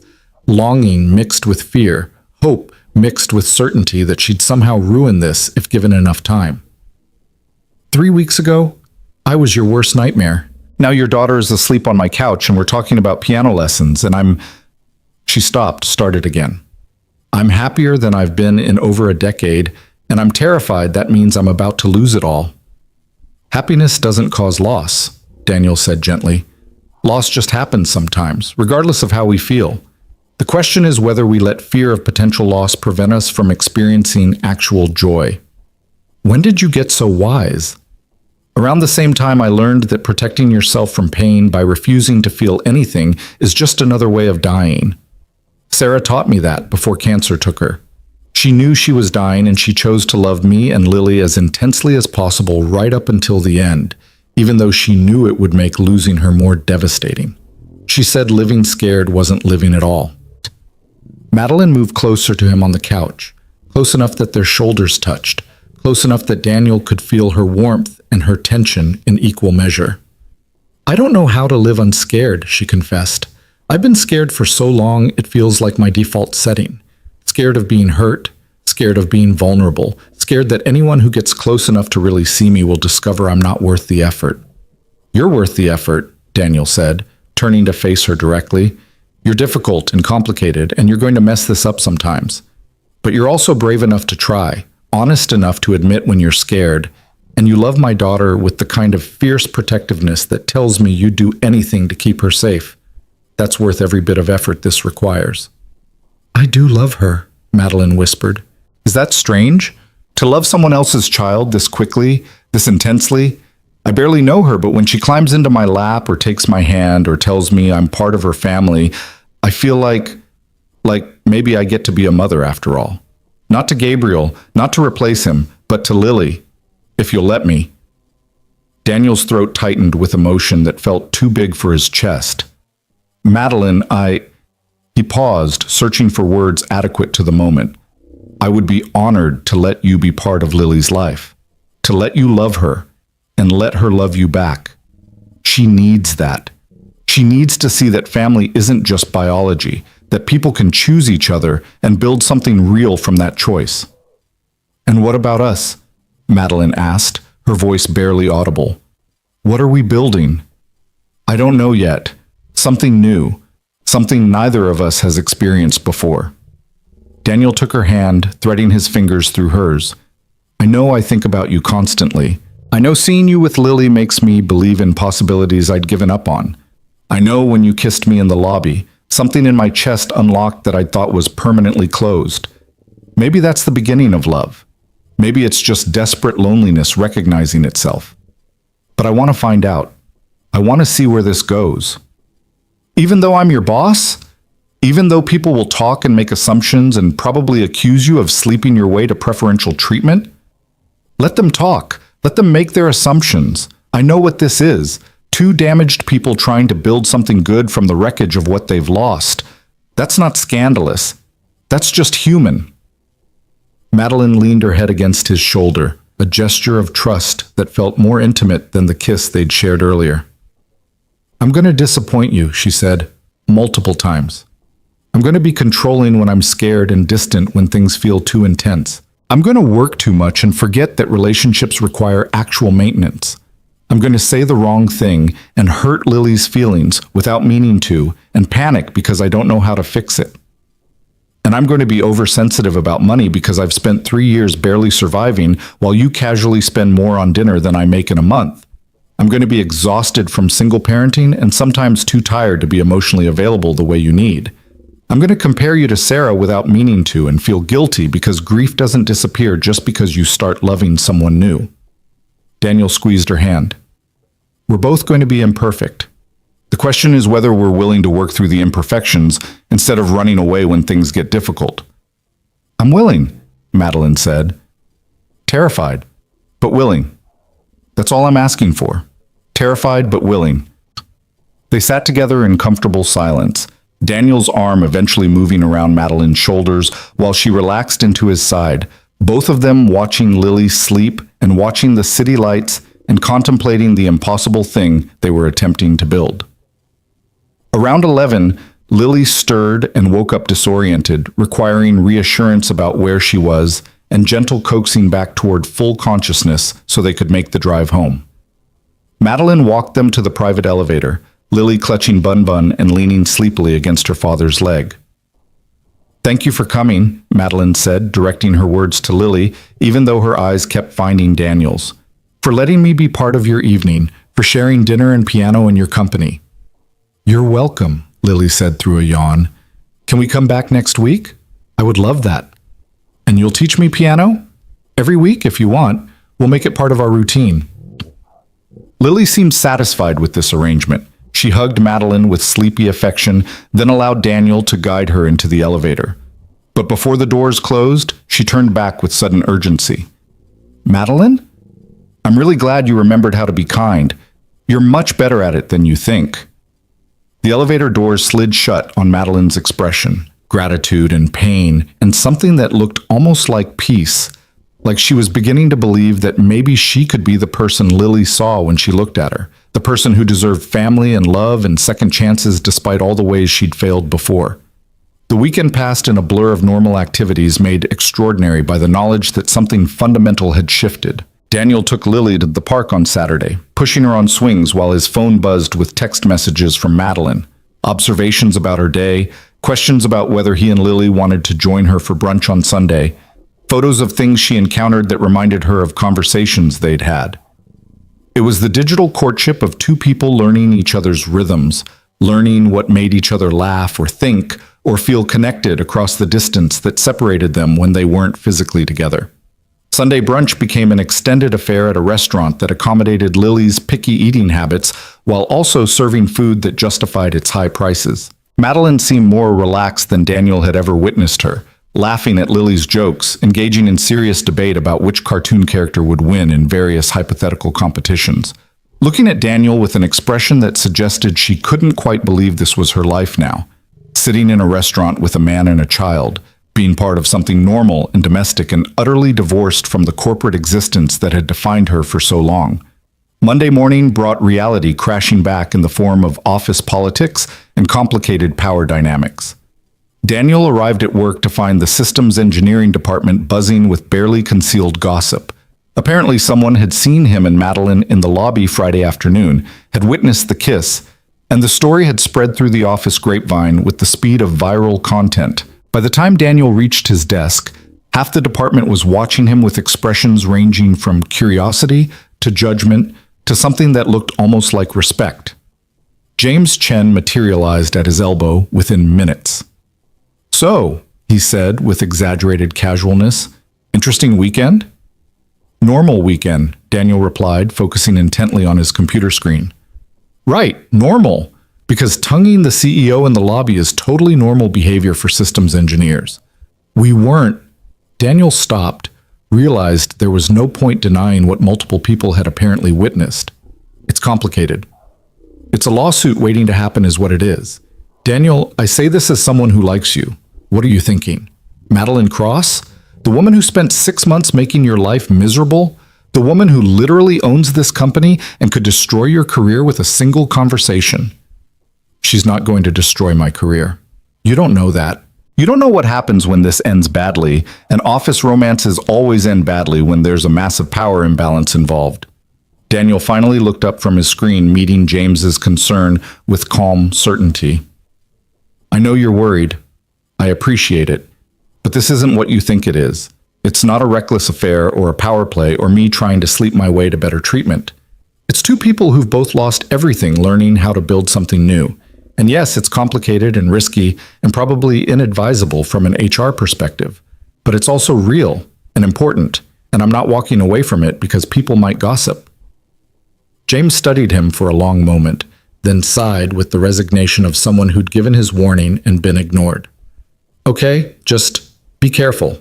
And if you need someone to vouch for your character when HR inevitably gets involved, I'll do it, even though I think you've lost your mind. Appreciated. The morning progressed with Daniel acutely aware of being watched, being discussed, being the subject of speculation that ranged from salacious to concerned. Several colleagues approached with various pretexts for conversation that really amounted to fishing for details about his relationship with Madeline. He deflected with professional courtesy, refusing to provide ammunition for the gossip mill, while also refusing to hide or appear ashamed of what was developing between them. At 10:30, his phone buzzed with a message from Madeline. I'm hearing interesting rumors about us. How are you holding up? Daniel typed back, I'm fine. Let them talk. I meant what I said. I'm not hiding this. The board meets this afternoon. Victor Kane has been making noise about inappropriate workplace relationships and conflicts of interest. He's trying to use us as leverage to challenge my leadership. Daniel's stomach dropped. He'd been so focused on the personal aspects of their relationship that he hadn't fully considered the professional implications, not for himself, but for Madeline.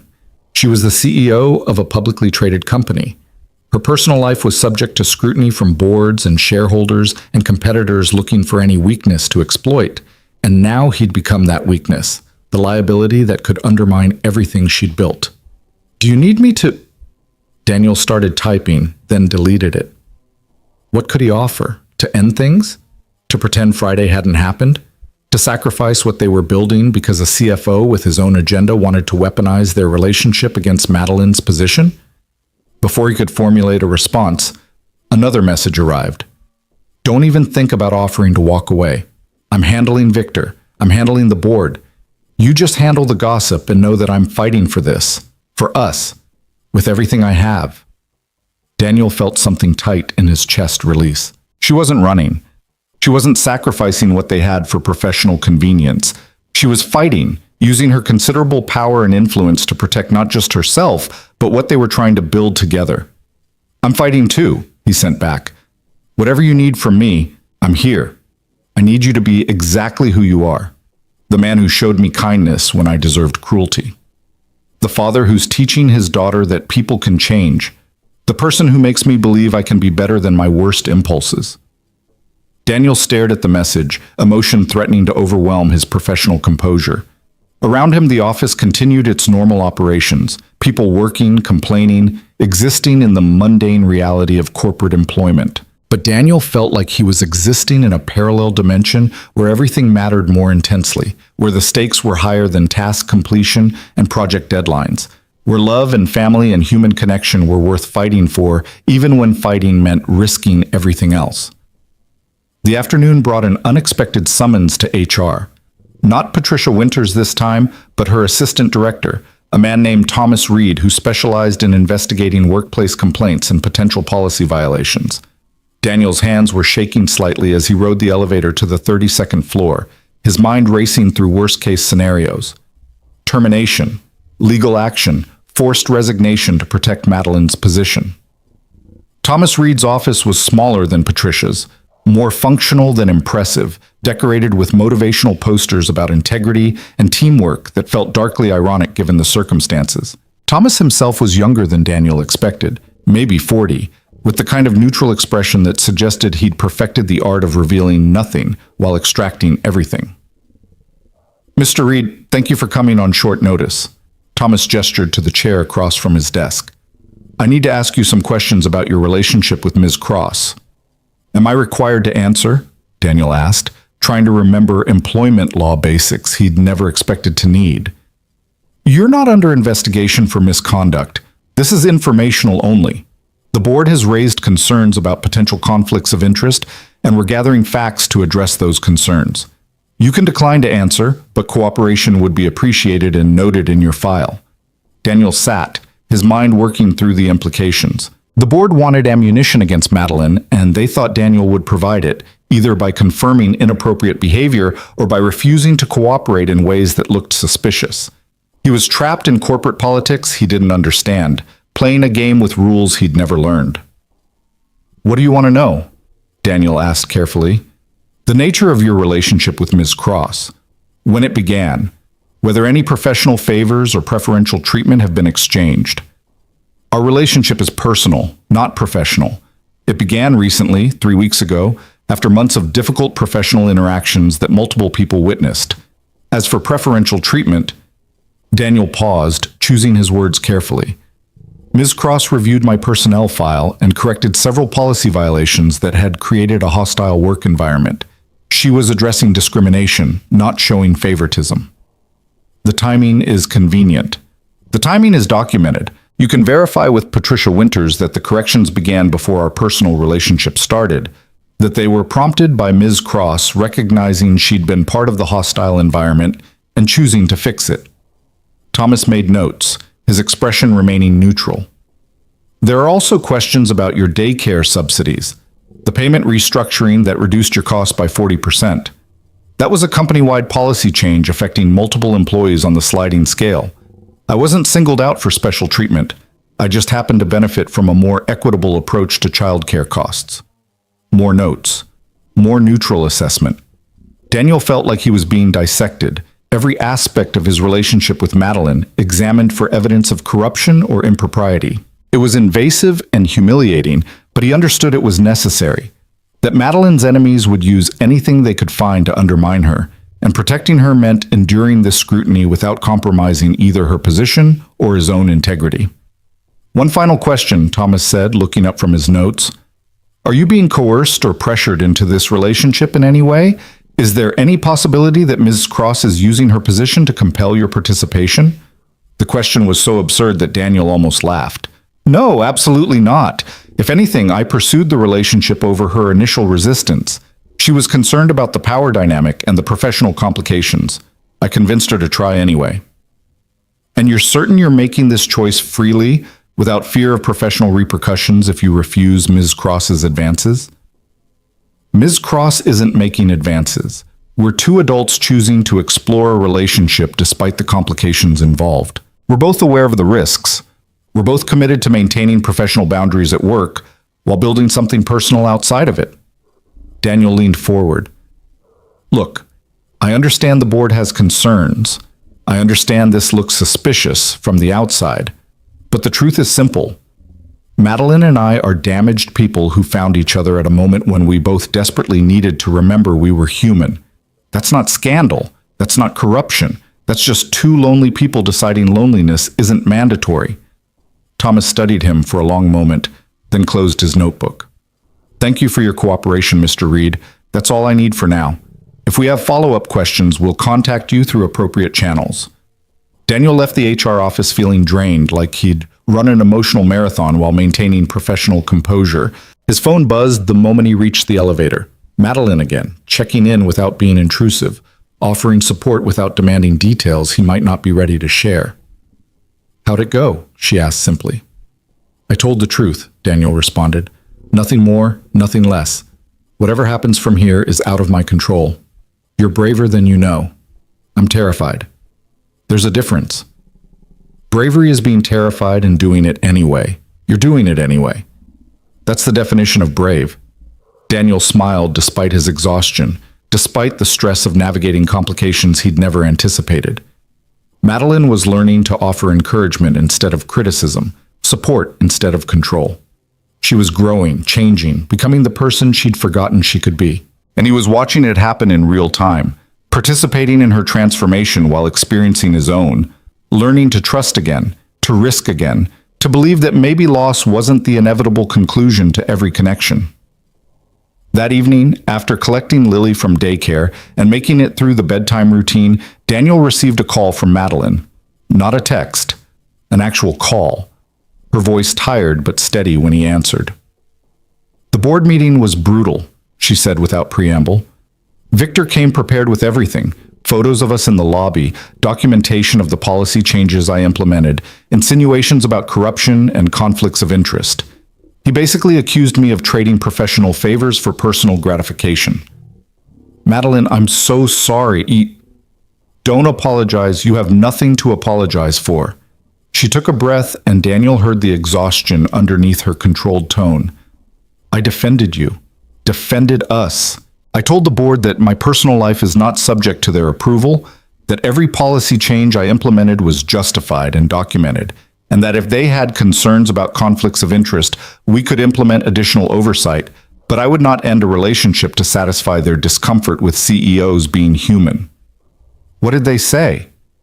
They're implementing oversight, independent review of any decisions that directly affect you or your department, mandatory HR reporting if our relationship continues. And Victor is pushing for my resignation, claiming I've compromised my judgment and effectiveness. Daniel's chest tightened with guilt and anger in equal measure. This is my fault. If we hadn't, stop. This isn't your fault. This is Victor being Victor, using any excuse to challenge my leadership because he wants control of the company. If it wasn't our relationship, it would be something else. Some decision he disagreed with, some initiative that threatened his position. You're just convenient ammunition, not the actual cause. Her voice softened. And Daniel? I don't regret it. Not for a second. Even if this costs me everything professionally, I don't regret choosing you and Lily over corporate politics. Don't say that. Don't sacrifice your company for us. I'm not sacrificing anything. I'm defending what matters. There's a difference. She paused, and when she spoke again, her voice held something Daniel recognized as fear. But I need you to understand what you're signing up for. This is going to get worse before it gets better. The scrutiny, the gossip, the professional complications. People are going to accuse you of being a gold digger, of using Lily to manipulate me, of sleeping your way to preferential treatment. They're going to make this ugly in ways neither of us can fully anticipate. I know. And you're still willing to do this? To endure all of that for a relationship that's barely 3 weeks old, with a woman who spent months making your life miserable? Daniel thought about Lily's drawing of 3 figures holding hands. He thought about the way Madeline looked when she played piano, when she held his daughter, when she admitted she was falling in love and terrified of what that meant. He thought about Sarah's final words to him, that living scared wasn't living at all, that love was worth any risk because the alternative was existing without actually experiencing anything worth remembering. I'm willing, he said firmly. Whatever comes, however ugly it gets, I'm willing. Because what we're building matters more than gossip or professional complications. Because Lily needs to see that adults can be brave, can choose love even when it's difficult. Because you need someone who will fight for you as hard as you fight for everything else. And because... He paused, then committed completely. Because I think I'm falling in love with you too, Madeline. It's fast and probably inadvisable and terrifying in ways I'm not ready to fully examine. But it's real. And I'm not walking away from something real just because it's complicated. The silence on the other end stretched so long, Daniel wondered if the call had dropped. Then he heard Madeline's breath catch, heard the emotion she was trying to control, heard the years of loneliness cracking under the pressure of being seen and chosen and loved despite every reason she'd convinced herself she didn't deserve any of those things. I love you too, she whispered. I love you and I love Lily, and I'm going to fight for this with everything I have. The board, Victor, the gossip, none of it matters compared to what we're building. Then we fight together, Daniel said. No more isolation. No more handling everything alone. We're in this together, whatever comes next. Together? Madeline agreed. I like the sound of that. They talked for another hour about the board meeting details, about strategies for managing the professional fallout, about plans for the weekend and piano lessons and all the mundane, beautiful details of building a life together despite the obstacles arrayed against them. When they finally said goodnight, Daniel felt simultaneously exhausted and energized, terrified and hopeful, certain that they were attempting something difficult, but equally certain it was worth every bit of difficulty involved. The rest of the week proceeded with uncomfortable awareness of being watched. Daniel felt eyes on him constantly at work, colleagues assessing, judging, speculating about his relationship with Madeline and what it meant for office dynamics. Several people stopped speaking when he entered rooms. Others made pointed comments about recent policy changes that just happened to benefit certain employees. The hostility was subtle but pervasive, a reminder that their relationship existed within a system that punished deviation from established hierarchies. But there were allies too.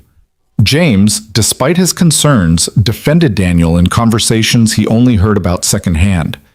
Patricia Winters made a point of stopping by his desk to inform him that every policy change had been properly vetted and documented, that if anyone questioned his treatment, she would personally explain the justification. Even some of his fellow engineers offered quiet support, acknowledging that everyone deserved happiness, that judging someone's personal life was inappropriate regardless of corporate politics. Friday lunch with Lily became a refuge from the stress. 30 minutes where none of the complications mattered, where Madeline could be just Madeline instead of embattled CEO, where Daniel could be just dad instead of controversial employee. Lily had made a new drawing, this time showing all 3 of them at a piano with musical notes floating around their heads and smiles on all their faces. She presented it to Madeline with the pride of someone offering treasure. "This is beautiful, Lily," Madeline said, her voice thick with emotion. Is this from your imagination, or did you draw something you want to happen? Both, Lily announced. I imagined it, but I want it to be real too. Can we make it real? Yes, Madeline promised. This weekend, all three of us at the piano.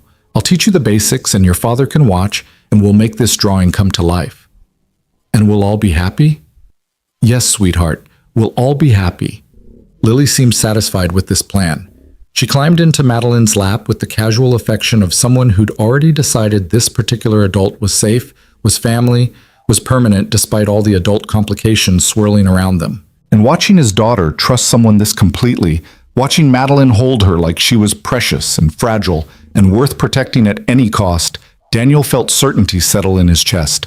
A bone-deep knowledge that whatever battles they had to fight, whatever obstacles the world put in their path, the three of them were building something that mattered, something worth protecting, something that would endure because they'd chosen each other with full awareness of the cost involved. Later that afternoon, Daniel received an email marked urgent from the executive office. His heart rate spiked immediately. More HR investigation, more board drama, more complications he'd have to navigate. But when he opened the message, he found something entirely different. It was from Madeline, but formatted as an official company communication. The subject line read, Executive Leadership Changes and Policy Updates. Daniel scanned the content quickly, his eyes widening with each paragraph. Madeline had announced significant changes to the company's oversight structure, implementing the independent review board the directors had demanded, creating additional checks on executive authority, and most dramatically proposing that she step back from day-to-day operations while maintaining her CEO title and strategic vision. She was effectively restructuring her own role to address concerns about concentrated power and potential conflicts of interest. The email continued with policy updates about workplace relationships, new guidelines that applied to all employees, not just executives, creating clear protocols for disclosure and oversight when personal relationships develop between colleagues at any level. It was comprehensive, professional, and clearly designed to demonstrate that she was taking the board's concerns seriously while also protecting her right to a personal life. But the final paragraph stopped Daniel's breath completely. These changes reflect my commitment to cross industries and to maintaining the highest standards of corporate governance. They also reflect my commitment to building a life that includes more than professional achievement. I've spent over a decade believing that success required sacrificing personal happiness. I was wrong. Effective leadership requires being fully human, and being fully human requires connection, vulnerability, and the courage to build relationships even when they're complicated.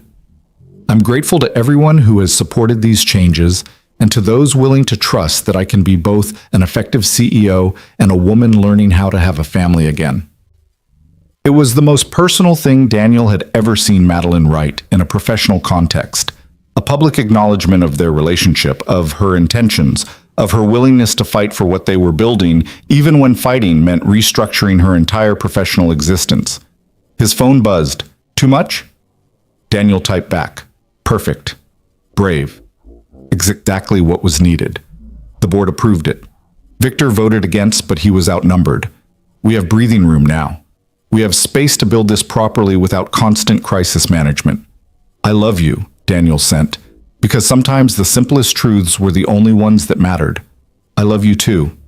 Now go collect our daughter and come to my place. I promised we'd make her drawing real, and I don't break promises to 6-year-olds. Our daughter. The words sang through Daniel's chest, settling into spaces that had been empty since Sarah's death. Madeline had claimed Lily, not possessively or presumptuously, but with the kind of certainty that came from knowing this child had chosen her, and she was choosing back, was committing to being present and active in her life regardless of what happened between her and Daniel. That evening, they made good on the promise. All three of them crowded onto the piano bench while Madeline taught Lily the basics: hand position, simple scales, the names of notes that corresponded to the keys. Lily was enchanted, her small fingers carefully mimicking Madeline's movements, her concentration absolute in the way children focused when something mattered deeply to them. And Daniel watched from the nearby couch, his phone capturing photos and video, documenting this moment when his daughter learned music from a woman who was learning how to be part of a family again. When three people who had no business working as a unit somehow created harmony, from their combined brokenness. Later, after Lily had fallen asleep in one of Madeline's guest rooms, because leaving had felt wrong and staying had felt right, and sometimes you just surrendered to what felt natural instead of what seemed appropriate. Daniel and Madeline sat together on her balcony overlooking the city. The night was cold but clear, stars visible despite the light pollution, the world spread out below them like possibility rendered in streetlights and building windows. "I meant what I said in the email," Madeline said quietly. "About learning to have a family again. About you and Lily being my family. If you'll have me permanently instead of just tentatively." Daniel turned to face her, seeing vulnerability and determination in equal measure on her face. Permanently is a big word. "I know, but I've spent enough time being tentative, being careful, protecting myself from pain by refusing to fully commit to anything except work. I don't want to be that person anymore. I want to be the person who shows up for Friday lunch every week, who teaches piano lessons, who kisses you goodnight and means it when I say I love you." She took his hand. "I want to be Lily's second mother, if you'll let me. Not replacing Sarah, I could never replace her, but being present and active in her life, being someone she can count on unconditionally." "Madeline, I know it's fast. I know we've only been doing this for 3 weeks. But I also know that I'm 42 years old and I've been alone for over a decade, and I don't want to waste any more time being careful when I could be building something real with people I love." Her grip on his hand tightened. "So I'm asking, not for a response right now, not for commitment before you're ready.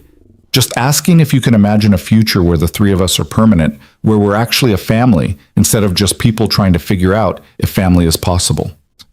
Daniel looked out at the city, at the millions of lives being lived in those lit windows, at all the different ways people constructed meaning and connection in a world that seemed designed to keep everyone isolated. He thought about Lily's drawings, about 3 figures holding hands, about a child's certainty that some things were simple even when adults made them complicated.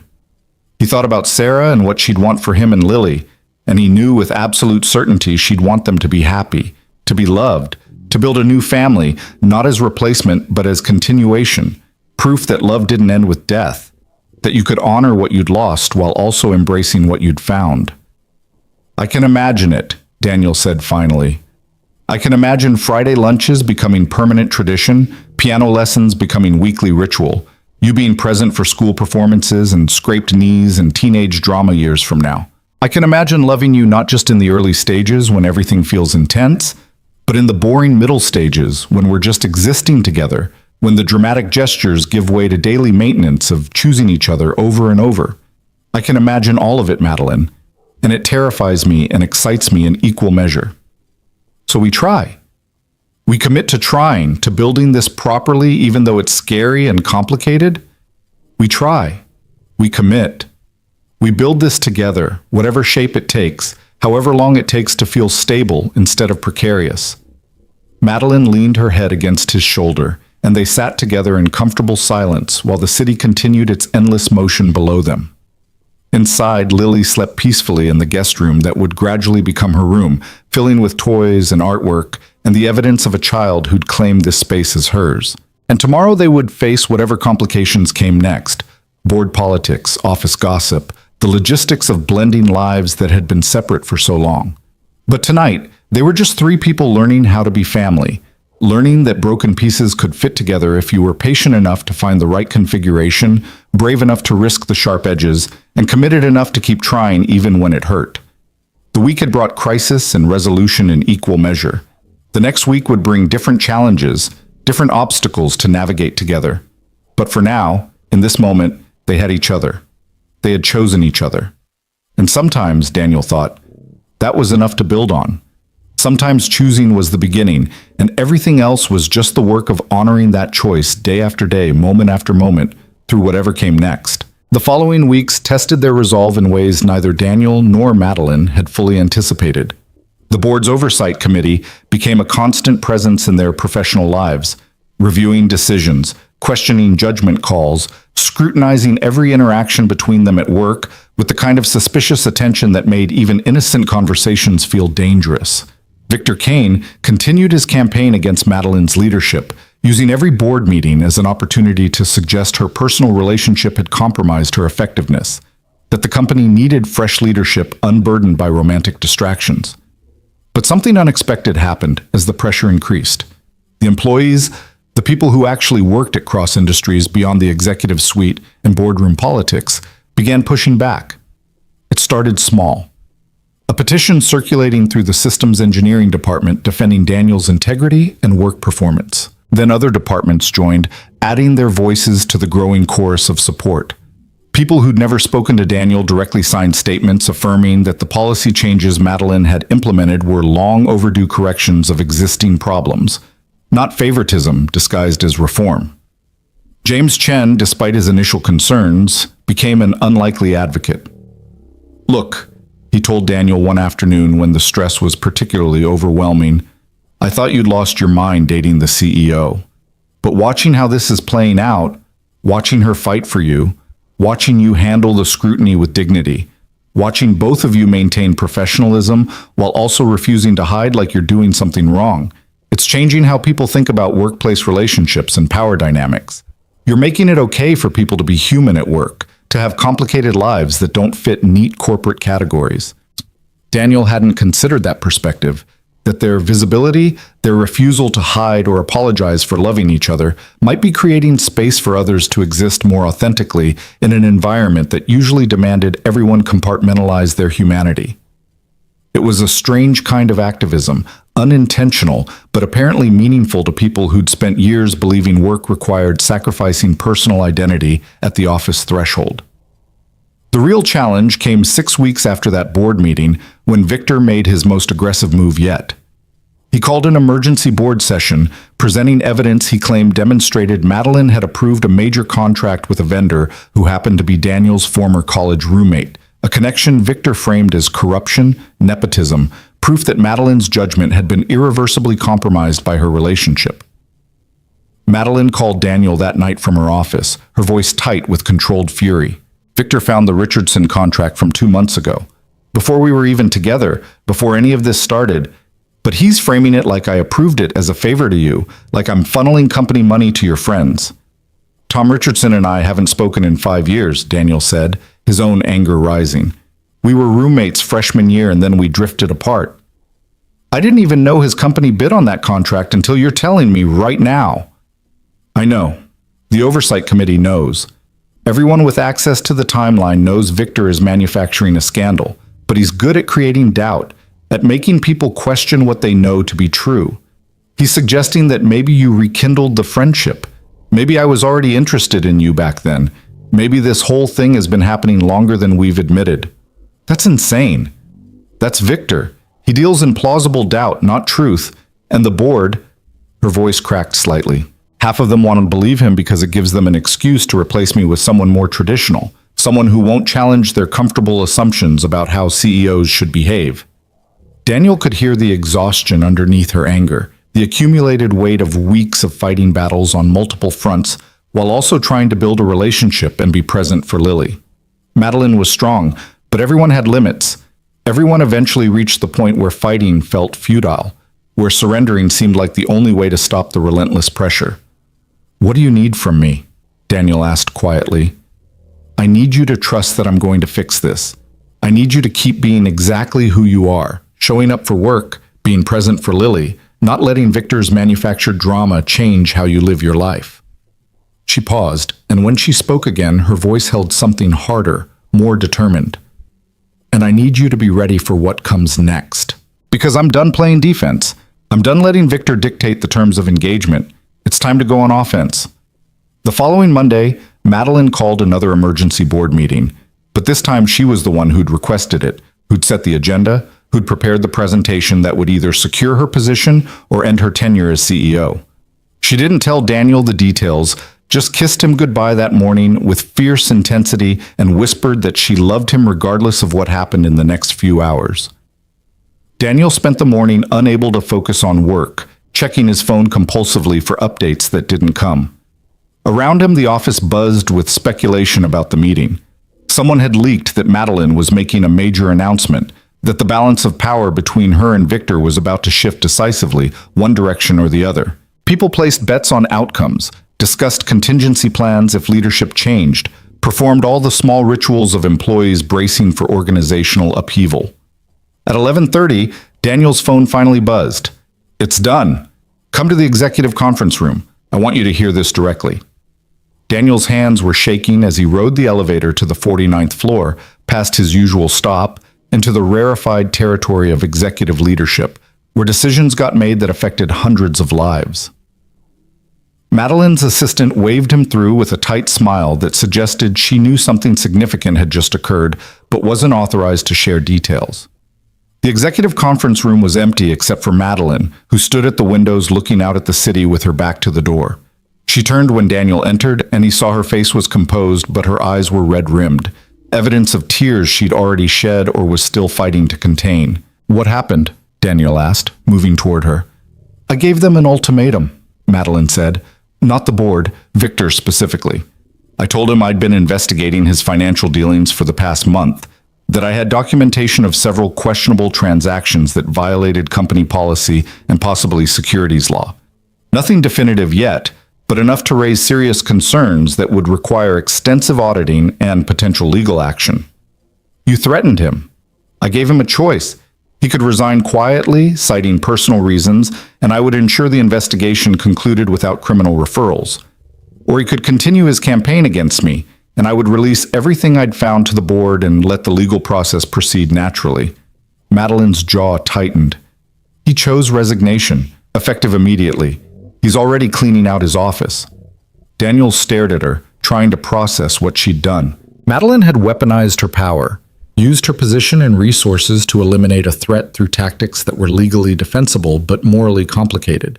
She'd become exactly the kind of ruthless executive she'd spent years being before Lily and Daniel had entered her life, before she'd started remembering how to be human instead of just successful. "You're upset with me," Madeline said, reading his expression. "You think I went too far." "I think—" Daniel paused, searching for honest words that wouldn't sound like judgment. "I think you did what you thought was necessary. I'm just wondering if this is who you want to be. Someone who solves problems through intimidation and power plays. Someone who wins by destroying opponents instead of proving them wrong." "He was trying to destroy us, Daniel. He was manufacturing evidence and lying to the board and doing everything he could to force me out so he could take control of the company." "What was I supposed to do? Keep playing by rules he'd already abandoned? Keep being vulnerable while he weaponized every piece of our lives against us?" "No, Daniel moved closer, taking her hands. "I just want to make sure you're okay with the person you had to become to win this fight. Because I've watched you change over these past weeks. I've watched you remember how to be kind, how to be vulnerable, how to let people in. And I don't want you to lose that by reverting to the version of yourself that solved everything through control and power." Madeline's face crumpled, her careful composure finally breaking completely. "I hated doing it. I hated investigating him, hated finding the evidence, hated giving him that ultimatum. I felt like every terrible thing I was before, the Ice Queen CEO who values winning over humanity, who treats people as obstacles to be removed rather than humans with their own complicated lives." Tears spilled down her cheeks. "But I didn't know what else to do. He was going to keep attacking until he either destroyed my career or destroyed us. And I couldn't let him destroy us. I couldn't lose you and Lily because I was too principled to fight dirty." Daniel pulled her into his arms, holding her while she cried against his shoulder. Around them, the conference room was silent except for her muffled sobs and the ambient hum of the building's mechanical systems. Through the windows, the city continued its indifferent motion. Millions of people living their lives, completely unaware that in this room, two people were grappling with the eternal question of whether the ends justified the means. Whether protecting what you loved required becoming someone you didn't want to be. "You did what you had to do," Daniel said finally. "I don't agree with all of it, and I think you're going to need to examine whether this is the last time or whether you've opened a door you can't close again. But I understand why you did it, and I'm not leaving you because you made a hard choice in an impossible situation. Even though I'm not sure I made the right choice, especially because you're not sure. The fact that you're questioning yourself, that you hate what you had to do, that tells me you're still the person I fell in love with. The person who's learning to value people over power, connection over control. You just stumbled. That's allowed. That's human." Madeline pulled back enough to look at him, her face blotchy from crying but her eyes clearing. What if I stumble again? What if the next crisis comes and I revert to old patterns, to solving problems through intimidation instead of integrity? Then I'll call you on it. I'll remind you who you're trying to be, and you'll do the same for me when I'm too proud or too defensive or too convinced my way is the only right way. Daniel cupped her face gently. That's what partners do. They keep each other accountable. They challenge each other to be better. They love each other enough to be honest, even when honesty is uncomfortable. Partners, Madeline repeated softly. I like that. Good, because that's what we are. Not CEO and employee anymore, just two people trying to build something good while navigating all the complications that come with being human and flawed and still learning. They stood together in the conference room for several more minutes, neither speaking, both processing what had happened and what it meant for their future. Victor's resignation would create space for them to breathe, would remove the immediate threat to Madeline's position. But it didn't solve the underlying complexity of their relationship, didn't erase the power dynamics that would always exist between them as long as she was CEO and he was an employee, didn't make the scrutiny disappear or the gossip stop. I've been thinking, Madeline said eventually, pulling away to pace the room with nervous energy, about restructuring my role further. Not just the Oversight Committee's recommendations, but something more significant. Stepping back from CEO entirely, moving to chairman of the board where I'd maintain strategic vision but not day-to-day operational control. Daniel felt his stomach drop. You'd give up being CEO? After everything you've built? After fighting this hard to maintain your position? I'd be giving up a title, not my influence or involvement. But yes, I'd be acknowledging that maybe being CEO is incompatible with being the kind of partner and parent I want to be. That maybe I can't do both at the level they deserve to be done. She stopped pacing, facing him directly. I want to be present for Lily's childhood. I want to attend school performances and help with homework and be there for dinner instead of working until 9 every night. I want to be available to you without constantly managing crises or fighting board battles. And I'm starting to realize that might mean choosing differently than I've chosen for the past decade. Madeline, I can't ask you to give up your career for us. You're not asking, I'm choosing. There's a difference. Her expression was calm, certain in a way that suggested she'd been contemplating this longer than just today. I've been CEO for 8 years. I've proven everything I needed to prove. I've built an empire and made myself indispensable and sacrificed my personal life on the altar of professional achievement. And for what? So I could die alone in this building, surrounded by success but completely isolated from anything that actually matters? That's not the only option. We can figure out how to balance. I don't want to balance anymore. I don't want to spend the next 20 years trying to be adequate at everything instead of excellent at the things that actually matter. I want to be an excellent partner to you. I want to be an excellent mother to Lily. And if that means being an adequate chairman instead of an excellent CEO, that's a trade I'm willing to make. Daniel studied her face, searching for doubt or resentment or signs that she was making this decision for wrong reasons. Guilt, pressure, the belief that women had to choose between professional success and personal fulfillment in ways men never did. But he saw only clarity, the kind of certainty that came from finally understanding what you actually wanted instead of what you'd been conditioned to pursue. Are you sure? He asked. Because I need you to be absolutely certain this is what you want, not what you think I need you to do. Because I fell in love with Madeline Cross, the CEO, the woman who commanded rooms and made difficult decisions and built something extraordinary. I don't need you to be less than that to be with me. I know, but maybe I need to be different than that to be with myself. To be someone I can respect when I look in the mirror, someone whose life has meaning beyond quarterly earnings and shareholder value. She moved closer, taking both his hands. This isn't about you or Lily asking me to change. This is about me realizing I've been living the wrong life, chasing the wrong definition of success, and I finally have the courage to choose differently. When would this happen? 6 months. Time to transition, to identify a successor, to ensure the company is stable under new leadership, and time for us to figure out what our life looks like when I'm not constantly fighting fires and managing crises. She paused. Time to plan a wedding, if you'll have me. The words hung between them, monumental and terrifying and absolutely right. Daniel's heart was pounding so hard he could feel it in his throat. They'd been together barely 2 months. Not enough time by conventional standards, not nearly enough time to make lifetime commitments. But Daniel had learned through Sarah's death that time wasn't guaranteed, that waiting for perfect timing meant sometimes never getting to experience what mattered most. "Are you proposing to me?" Daniel asked, his voice unsteady. "I'm proposing that we stop pretending this is tentative or experimental or something we're just trying out. I'm proposing that we commit fully, marriage, family, building a life together that acknowledges Lily as our daughter, not just yours, and any future children we might have as ours together." Madeline's voice was fierce with certainty. "I'm 42 years old. I've wasted enough time being careful. I want to marry you, Daniel Reed. I want to be Lily's mother legally and officially. I want to wake up every morning knowing I chose love over fear, people over power, a real life over a perfectly controlled existence."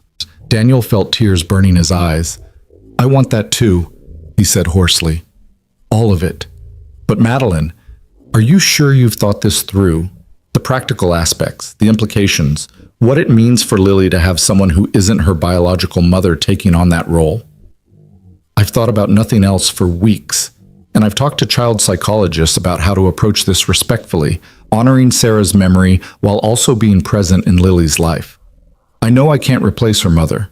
I would never try. But I can be her mother too, a second mother, an additional source of love and support and stability. If Lily wants that, if you'll let me try." "I think," Daniel's voice cracked, "I think Sarah would have wanted this for Lily, for both of us. She always said life was for living fully, for embracing joy whenever it appeared regardless of how it complicated the narrative we'd constructed for ourselves. And this, us, this is joy, Madeline. Complicated and messy and sometimes painful, but joy nonetheless." "So yes, you'll marry me?" "On one condition." Madeline's face flickered with anxiety. "What condition?" "That we tell Lily first, that we make sure she's comfortable with this, that she wants me to marry you, that she understands what it means and gets to participate in the decision instead of just being informed about it after adults have already decided." Daniel squeezed her hands. "She's 6 years old, but this affects her life fundamentally. She deserves to have a voice in something this important." Relief and love transformed Madeline's expression. "Of course, yes. We'll tell her together, we'll answer all her questions, and if she needs time to adjust to the idea, we'll take all the time she needs. Her comfort and happiness matter more than any timeline we might prefer." They left the executive conference room together, and for the first time in weeks, Daniel felt like they were moving forward instead of just defending their position. Victor was gone. Madeline had a plan that would allow her to be present in ways she couldn't be as CEO. And they were going to build a family, formally, officially, with full awareness of what they were choosing and why it mattered. That evening, they picked up Lily from daycare together.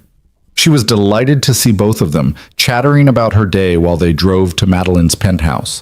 Over dinner, pizza that Lily had helped choose, eating at the kitchen counter instead of the formal dining table because Lily had declared that families didn't need to be fancy all the time. They found the moment to have the conversation that would determine their future. "Lily, sweetheart," Daniel began carefully, "Madeline and I need to talk to you about something important, something that affects all three of us." Lily looked up from her pizza, suddenly serious in the way children got when they sensed adult gravity. "Okay?" Madeline reached across the counter, taking Lily's hand. "Your father and I love each other very much, and we both love you more than anything in the world. We want to be a family, a real permanent family, which means your father and I would get married and I would become your mother. Not replacing your first mother, never replacing her, but being an additional mother, someone who loves you and takes care of you and will always be there for you." "Would I have to call you Mom?" Lily asked with characteristic directness. "You could call me whatever feels right to you, Mom, Madeline, some combination, whatever makes you comfortable. The title doesn't matter as much as the relationship." Lily thought about this, her face scrunched in concentration. "Would I still live with Daddy?" "You'd live with both of us," Daniel said. "We'd all live together in a house that belongs to all three of us. You'd have your own room, your own space, but we'd be a family unit instead of you and me visiting Madeline sometimes." What about my first mom? Would she be sad that I have a new mom? The question broke Daniel's heart. He'd been preparing for it, had discussed with Madeline how to address Sarah's memory respectfully, while also making space for new relationships. But hearing Lily articulate the concern so directly made it real in ways theoretical discussion never did. I think your first mom would be happy, Daniel said gently. I think she'd be glad you have someone else who loves you as much as Madeline does. Someone who will be there for school performances and homework help and all the everyday moments that matter. Your mom wanted you to be loved and happy. Having Madeline in your life doesn't mean forgetting your first mom or loving her less. It just means your heart is big enough to hold love for both of them. Lily absorbed this wisdom with visible concentration. Can I think about it? She asked finally. Not for long, but just like tonight? To make sure it feels right? Of course, Madeline said immediately. This is a big decision. Take all the time you need. That night, Lily insisted on sleeping in the guest room at Madeline's penthouse instead of going back to the apartment. Daniel tucked her in, read her extra stories, answered questions about what their life would look like if she said yes to this new family configuration. And then, just as he was about to leave, Lily spoke into the darkness. Daddy, I already know my answer. I don't need to wait until tomorrow. Daniel's heart stopped. What's your answer, sweetheart? Yes. I want Madeline to be my mom. I want us to be a family for real. Lily's voice was clear, certain, uncomplicated by adult anxieties about timing or appropriateness. She makes you happy. She makes me happy. And I think my first mom would like her because she's kind even when she's scared and she tries really hard to do the right thing even when it's difficult. Daniel felt tears streaming down his face. Are you sure? I'm sure. When can we tell her? Right now, if you want. Lily was out of bed immediately, running through the penthouse in her pajamas to find Madeline, who was sitting on the balcony staring at the city lights with an expression of profound anxiety. Lily launched herself into Madeline's lap without preamble. I want you to be my mom, Lily announced. Forever. Not just trying it out, but actually forever. Is that okay? Madeline's face transformed, joy and relief and gratitude overwhelming her usual control. She held Lily close, her entire body shaking with suppressed emotion. That is more than okay, she managed through tears. That is the greatest honor anyone has ever given me. I promise I'll be the best mother I know how to be. I'll make mistakes sometimes, but I'll always love you and always be there for you. Always. I know, Lily said, with the simple confidence of someone who'd never doubted that truth. That's why I said yes. Daniel joined them on the balcony, and they held each other. This new family, this impossible configuration of three people who had no business working together, but somehow created something beautiful from their combined damage and hope and willingness to try. Below them, the city continued its endless motion. But up here, in this moment, time seemed to pause long enough for them to fully experience the weight of what they'd just committed to. The magnitude of the choice to build family from choice rather than biology, from love rather than obligation. The following months proceeded with the kind of intentional construction that came from people who understood they were building something important. Madeline officially announced her transition from CEO to chairman of the board, citing a desire to focus on strategic vision while allowing fresh leadership to manage daily operations. The business press speculated endlessly about her motivations, but Madeline refused to engage with the speculation, simply stating that after 8 years as CEO, she was ready for a different kind of challenge. The employee response was mixed, but largely positive. People who'd worked under Madeline's demanding leadership were relieved to have someone potentially more approachable in the CEO role. Others worried about the company's direction without her daily involvement. But the transition was handled professionally. The new CEO, a brilliant woman named Sarah Chen, who'd been COO for 3 years, brought her own vision while respecting Madeline's legacy, and Cross Industries continued thriving under the new leadership structure. Daniel and Madeline met with family lawyers to navigate the complex process of Madeline adopting Lily. Because Sarah had been Lily's biological mother and Daniel had sole custody, the process was relatively straightforward legally, though emotionally complicated. They wanted to honor Sarah's memory while also formalizing Madeline's role in Lily's life. The solution they developed was a memorial ceremony before the adoption was finalized, gathering at Sarah's grave with Lily, talking about Sarah's life and love, and symbolically asking her blessing for this new family configuration. Lily spoke to the gravestone with heartbreaking sincerity. "Hi, Mom. It's me, Lily. You probably know I'm getting a new mom. Her name is Madeline, and she's really nice, and she loves me a lot, and she loves Daddy too. I just wanted to make sure you're okay with it, because I'll always be your daughter first, but I think I can be Madeline's daughter too. Daddy says hearts are big enough to love lots of people at once. Is that okay?" The only answer was wind rustling through autumn leaves, but Lily seemed satisfied that she'd received permission. She placed flowers on Sarah's grave, purple ones, naturally, and took Madeline's hand with the certainty of someone who understood she was honoring the past while embracing the future. The adoption was finalized 3 months after Madeline's proposal. They celebrated quietly, just the three of them at dinner, no grand announcement, no public spectacle. But that night, Madeline tucked Lily into bed in their new house, a place they'd chosen together, not as grand as Madeline's penthouse, but warm and lived in, and designed for family rather than impressing visitors. And Lily called her Mom for the first time. "Good night, Mom," Lily said sleepily, and Madeline broke down crying right there in the doorway, overwhelmed by hearing the word she'd thought she'd never have the right to claim. The wedding happened on a Saturday in early autumn, exactly 1 year after that first coffee meeting where they'd tentatively explored what they might build together. It was small, just close friends, a few family members, colleagues who'd become genuine supporters rather than just professional acquaintances. They married in a park where Daniel used to bring Lily after Sarah's death, where he'd pushed her on swings and tried to piece together a life from the fragments loss had left him. Lily was their flower girl, wearing a purple dress she'd chosen herself and carrying a basket of mixed flowers.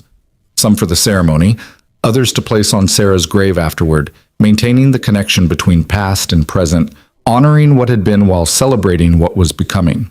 Patricia Winters from HR officiated, speaking eloquently about love's capacity to heal, about choosing family rather than inheriting it, about the courage required to build something new from the ruins of what you'd lost.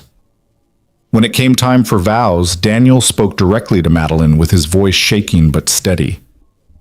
"A year ago, I thought I knew what my life was. Surviving, protecting Lily, accepting that happiness was something that happened to other people. You taught me I was wrong.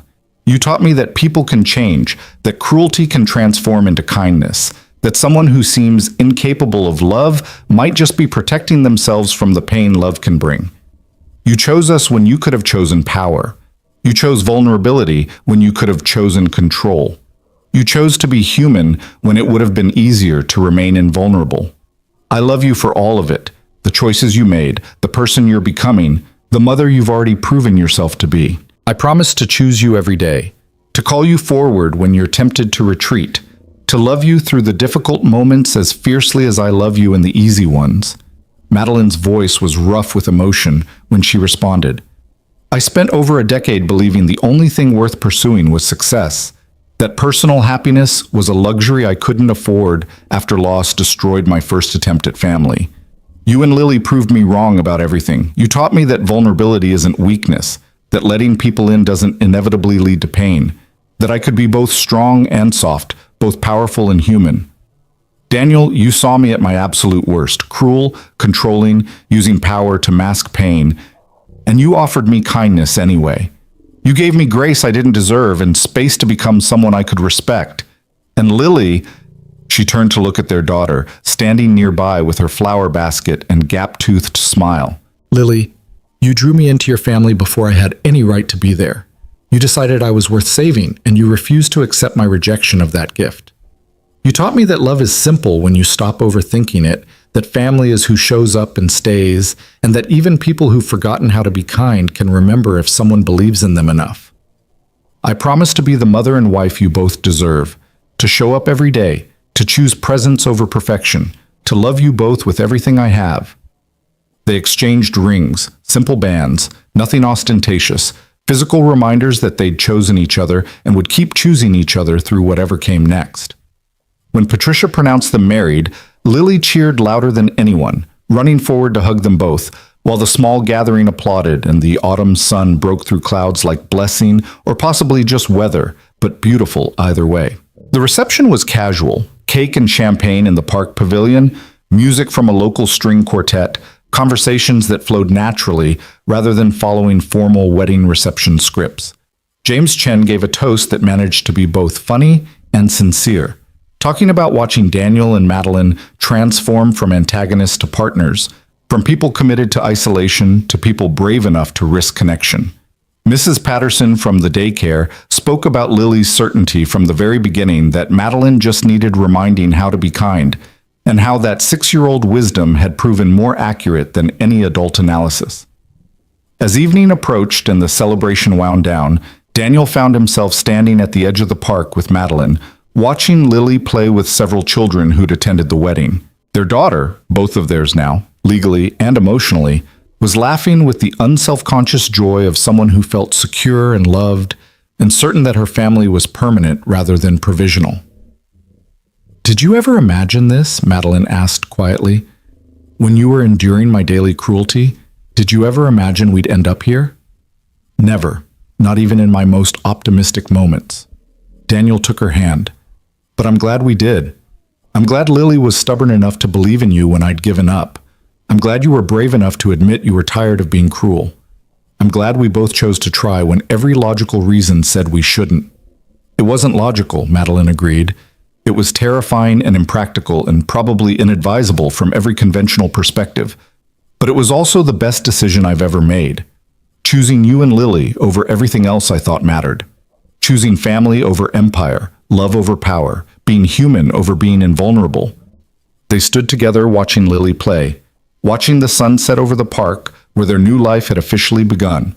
Both of them acutely aware of how lucky they were, not because everything had been easy, but because they'd been willing to work through the difficulty, to fight for what they were building, to believe that damaged people could help each other heal if they were patient and honest and committed to trying. Later that night, after the wedding guests had departed and Lily had been put to bed exhausted from excitement, Daniel and Madeline sat in the living room of their new house. Around them were the accumulated artifacts of their combined lives. Daniel's modest furniture mixed with some of Madeline's expensive pieces, Lily's artwork covering the walls, family photos already displayed despite their family being barely a year old. It looked lived in and comfortable, and absolutely nothing like the sterile perfection of Madeline's penthouse or the barely surviving poverty of Daniel's old apartment. "This is what home feels like," Madeline said, looking around the room with wonder. "I'd forgotten. All those years in the penthouse, surrounded by expensive things, I never felt at home. But here, with your worn couch and Lily's toys scattered everywhere, and the kitchen that needs updating, this feels like home." "Because it's ours," Daniel said simply. "Not yours or mine, but ours together. That's what makes it home." Madeline curled into his side, and they sat in comfortable silence while the house settled around them, and the neighborhood quieted into evening routines. Somewhere down the street, a dog barked. Upstairs, Lily shifted in sleep, her movements audible through the old house's thin walls. Outside, the world continued its complicated existence, full of pain and joy, loss and discovery, people struggling and succeeding and failing and trying again. But inside this house, 3 people had built something that mattered. Not perfect, not without ongoing challenges, but real and sustainable and rooted in the kind of love that chose to show up every day regardless of how difficult showing up became. They were proof that broken pieces could fit together, that grief didn't have to be permanent, that families could be built from choice and courage rather than just biology and circumstance. In the months and years that followed, their life would have its share of difficulties. Madeline would occasionally revert to old patterns when stressed, becoming controlling or distant before remembering to be present and vulnerable. Daniel would struggle with money anxiety even when financial stress was no longer their reality, with pride that made accepting help difficult, with grief that resurged unexpectedly on anniversaries and holidays. Lily would navigate the complexity of having 2 mothers, one in memory, one present, with remarkable grace but also occasional confusion about how to honor both without feeling disloyal to either. But they would navigate those difficulties together, with honesty and patience and the understanding that healing wasn't linear, that growth required setbacks, that loving each other meant accepting imperfection while also calling each other forward toward better versions of themselves. They would attend therapy individually and as a family, would learn communication skills they'd never been taught, would develop rituals and traditions that honored their unique configuration. Lily would grow up seeing that adults could admit mistakes and change. She would learn that family was defined by commitment rather than biology, that love was a choice you made repeatedly rather than a feeling that happened to you, that second chances existed for people brave enough to be vulnerable. She would internalize lessons about grace and courage and the importance of believing people could be better than their worst moments if someone offered them space to grow.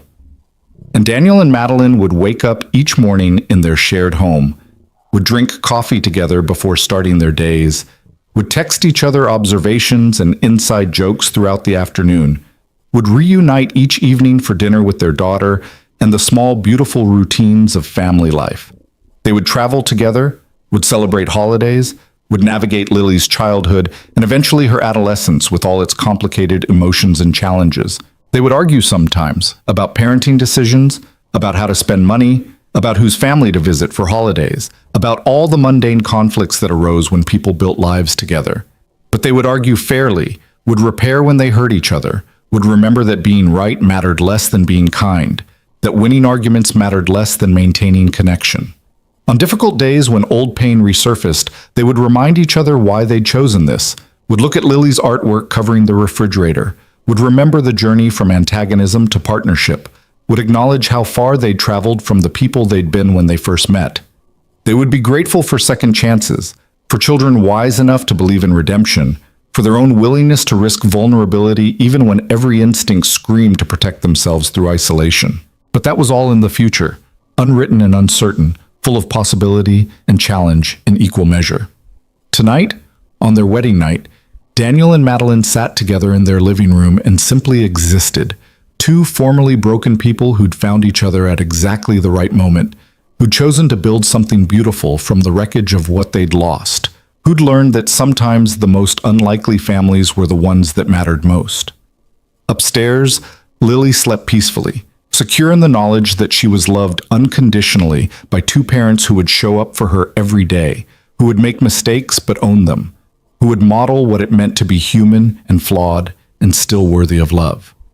On her nightstand sat the drawing she'd made so many months ago, three figures holding hands under a smiling sun, the prophetic vision that had preceded their reality, the child's faith that had catalyzed adult transformation. And in that drawing, in that faith, in the impossible family they'd built from hope and choice and stubborn refusal to accept that loneliness was permanent, in all of that was proof that sometimes broken people could help each other heal, that cruelty could transform into kindness, that love was always worth the risk of pain, and that family could be chosen as beautifully as it could be born. The sun would rise tomorrow on their first day as a married family, on their first steps into the shared future they'd committed to building. But tonight, they simply held each other and felt grateful for second chances, for brave children, for the courage to be vulnerable, for the grace to accept that being imperfect was part of being human, and for the extraordinary gift of finding someone who saw you at your worst and chose to love you into becoming your best. Outside, the autumn night settled over their neighborhood with comfortable darkness. Inside, three people slept peacefully: a father who'd learned to trust again, a mother who'd remembered how to be human, and a daughter who'd never doubted that love could heal anything if you believed in it strongly enough. And that, Daniel thought, in the moment before sleep claimed him, was what family meant. Not perfection, not ease. Just showing up, choosing each other, believing that together you could be better than you ever managed to be alone. That was enough. That was everything. That was home.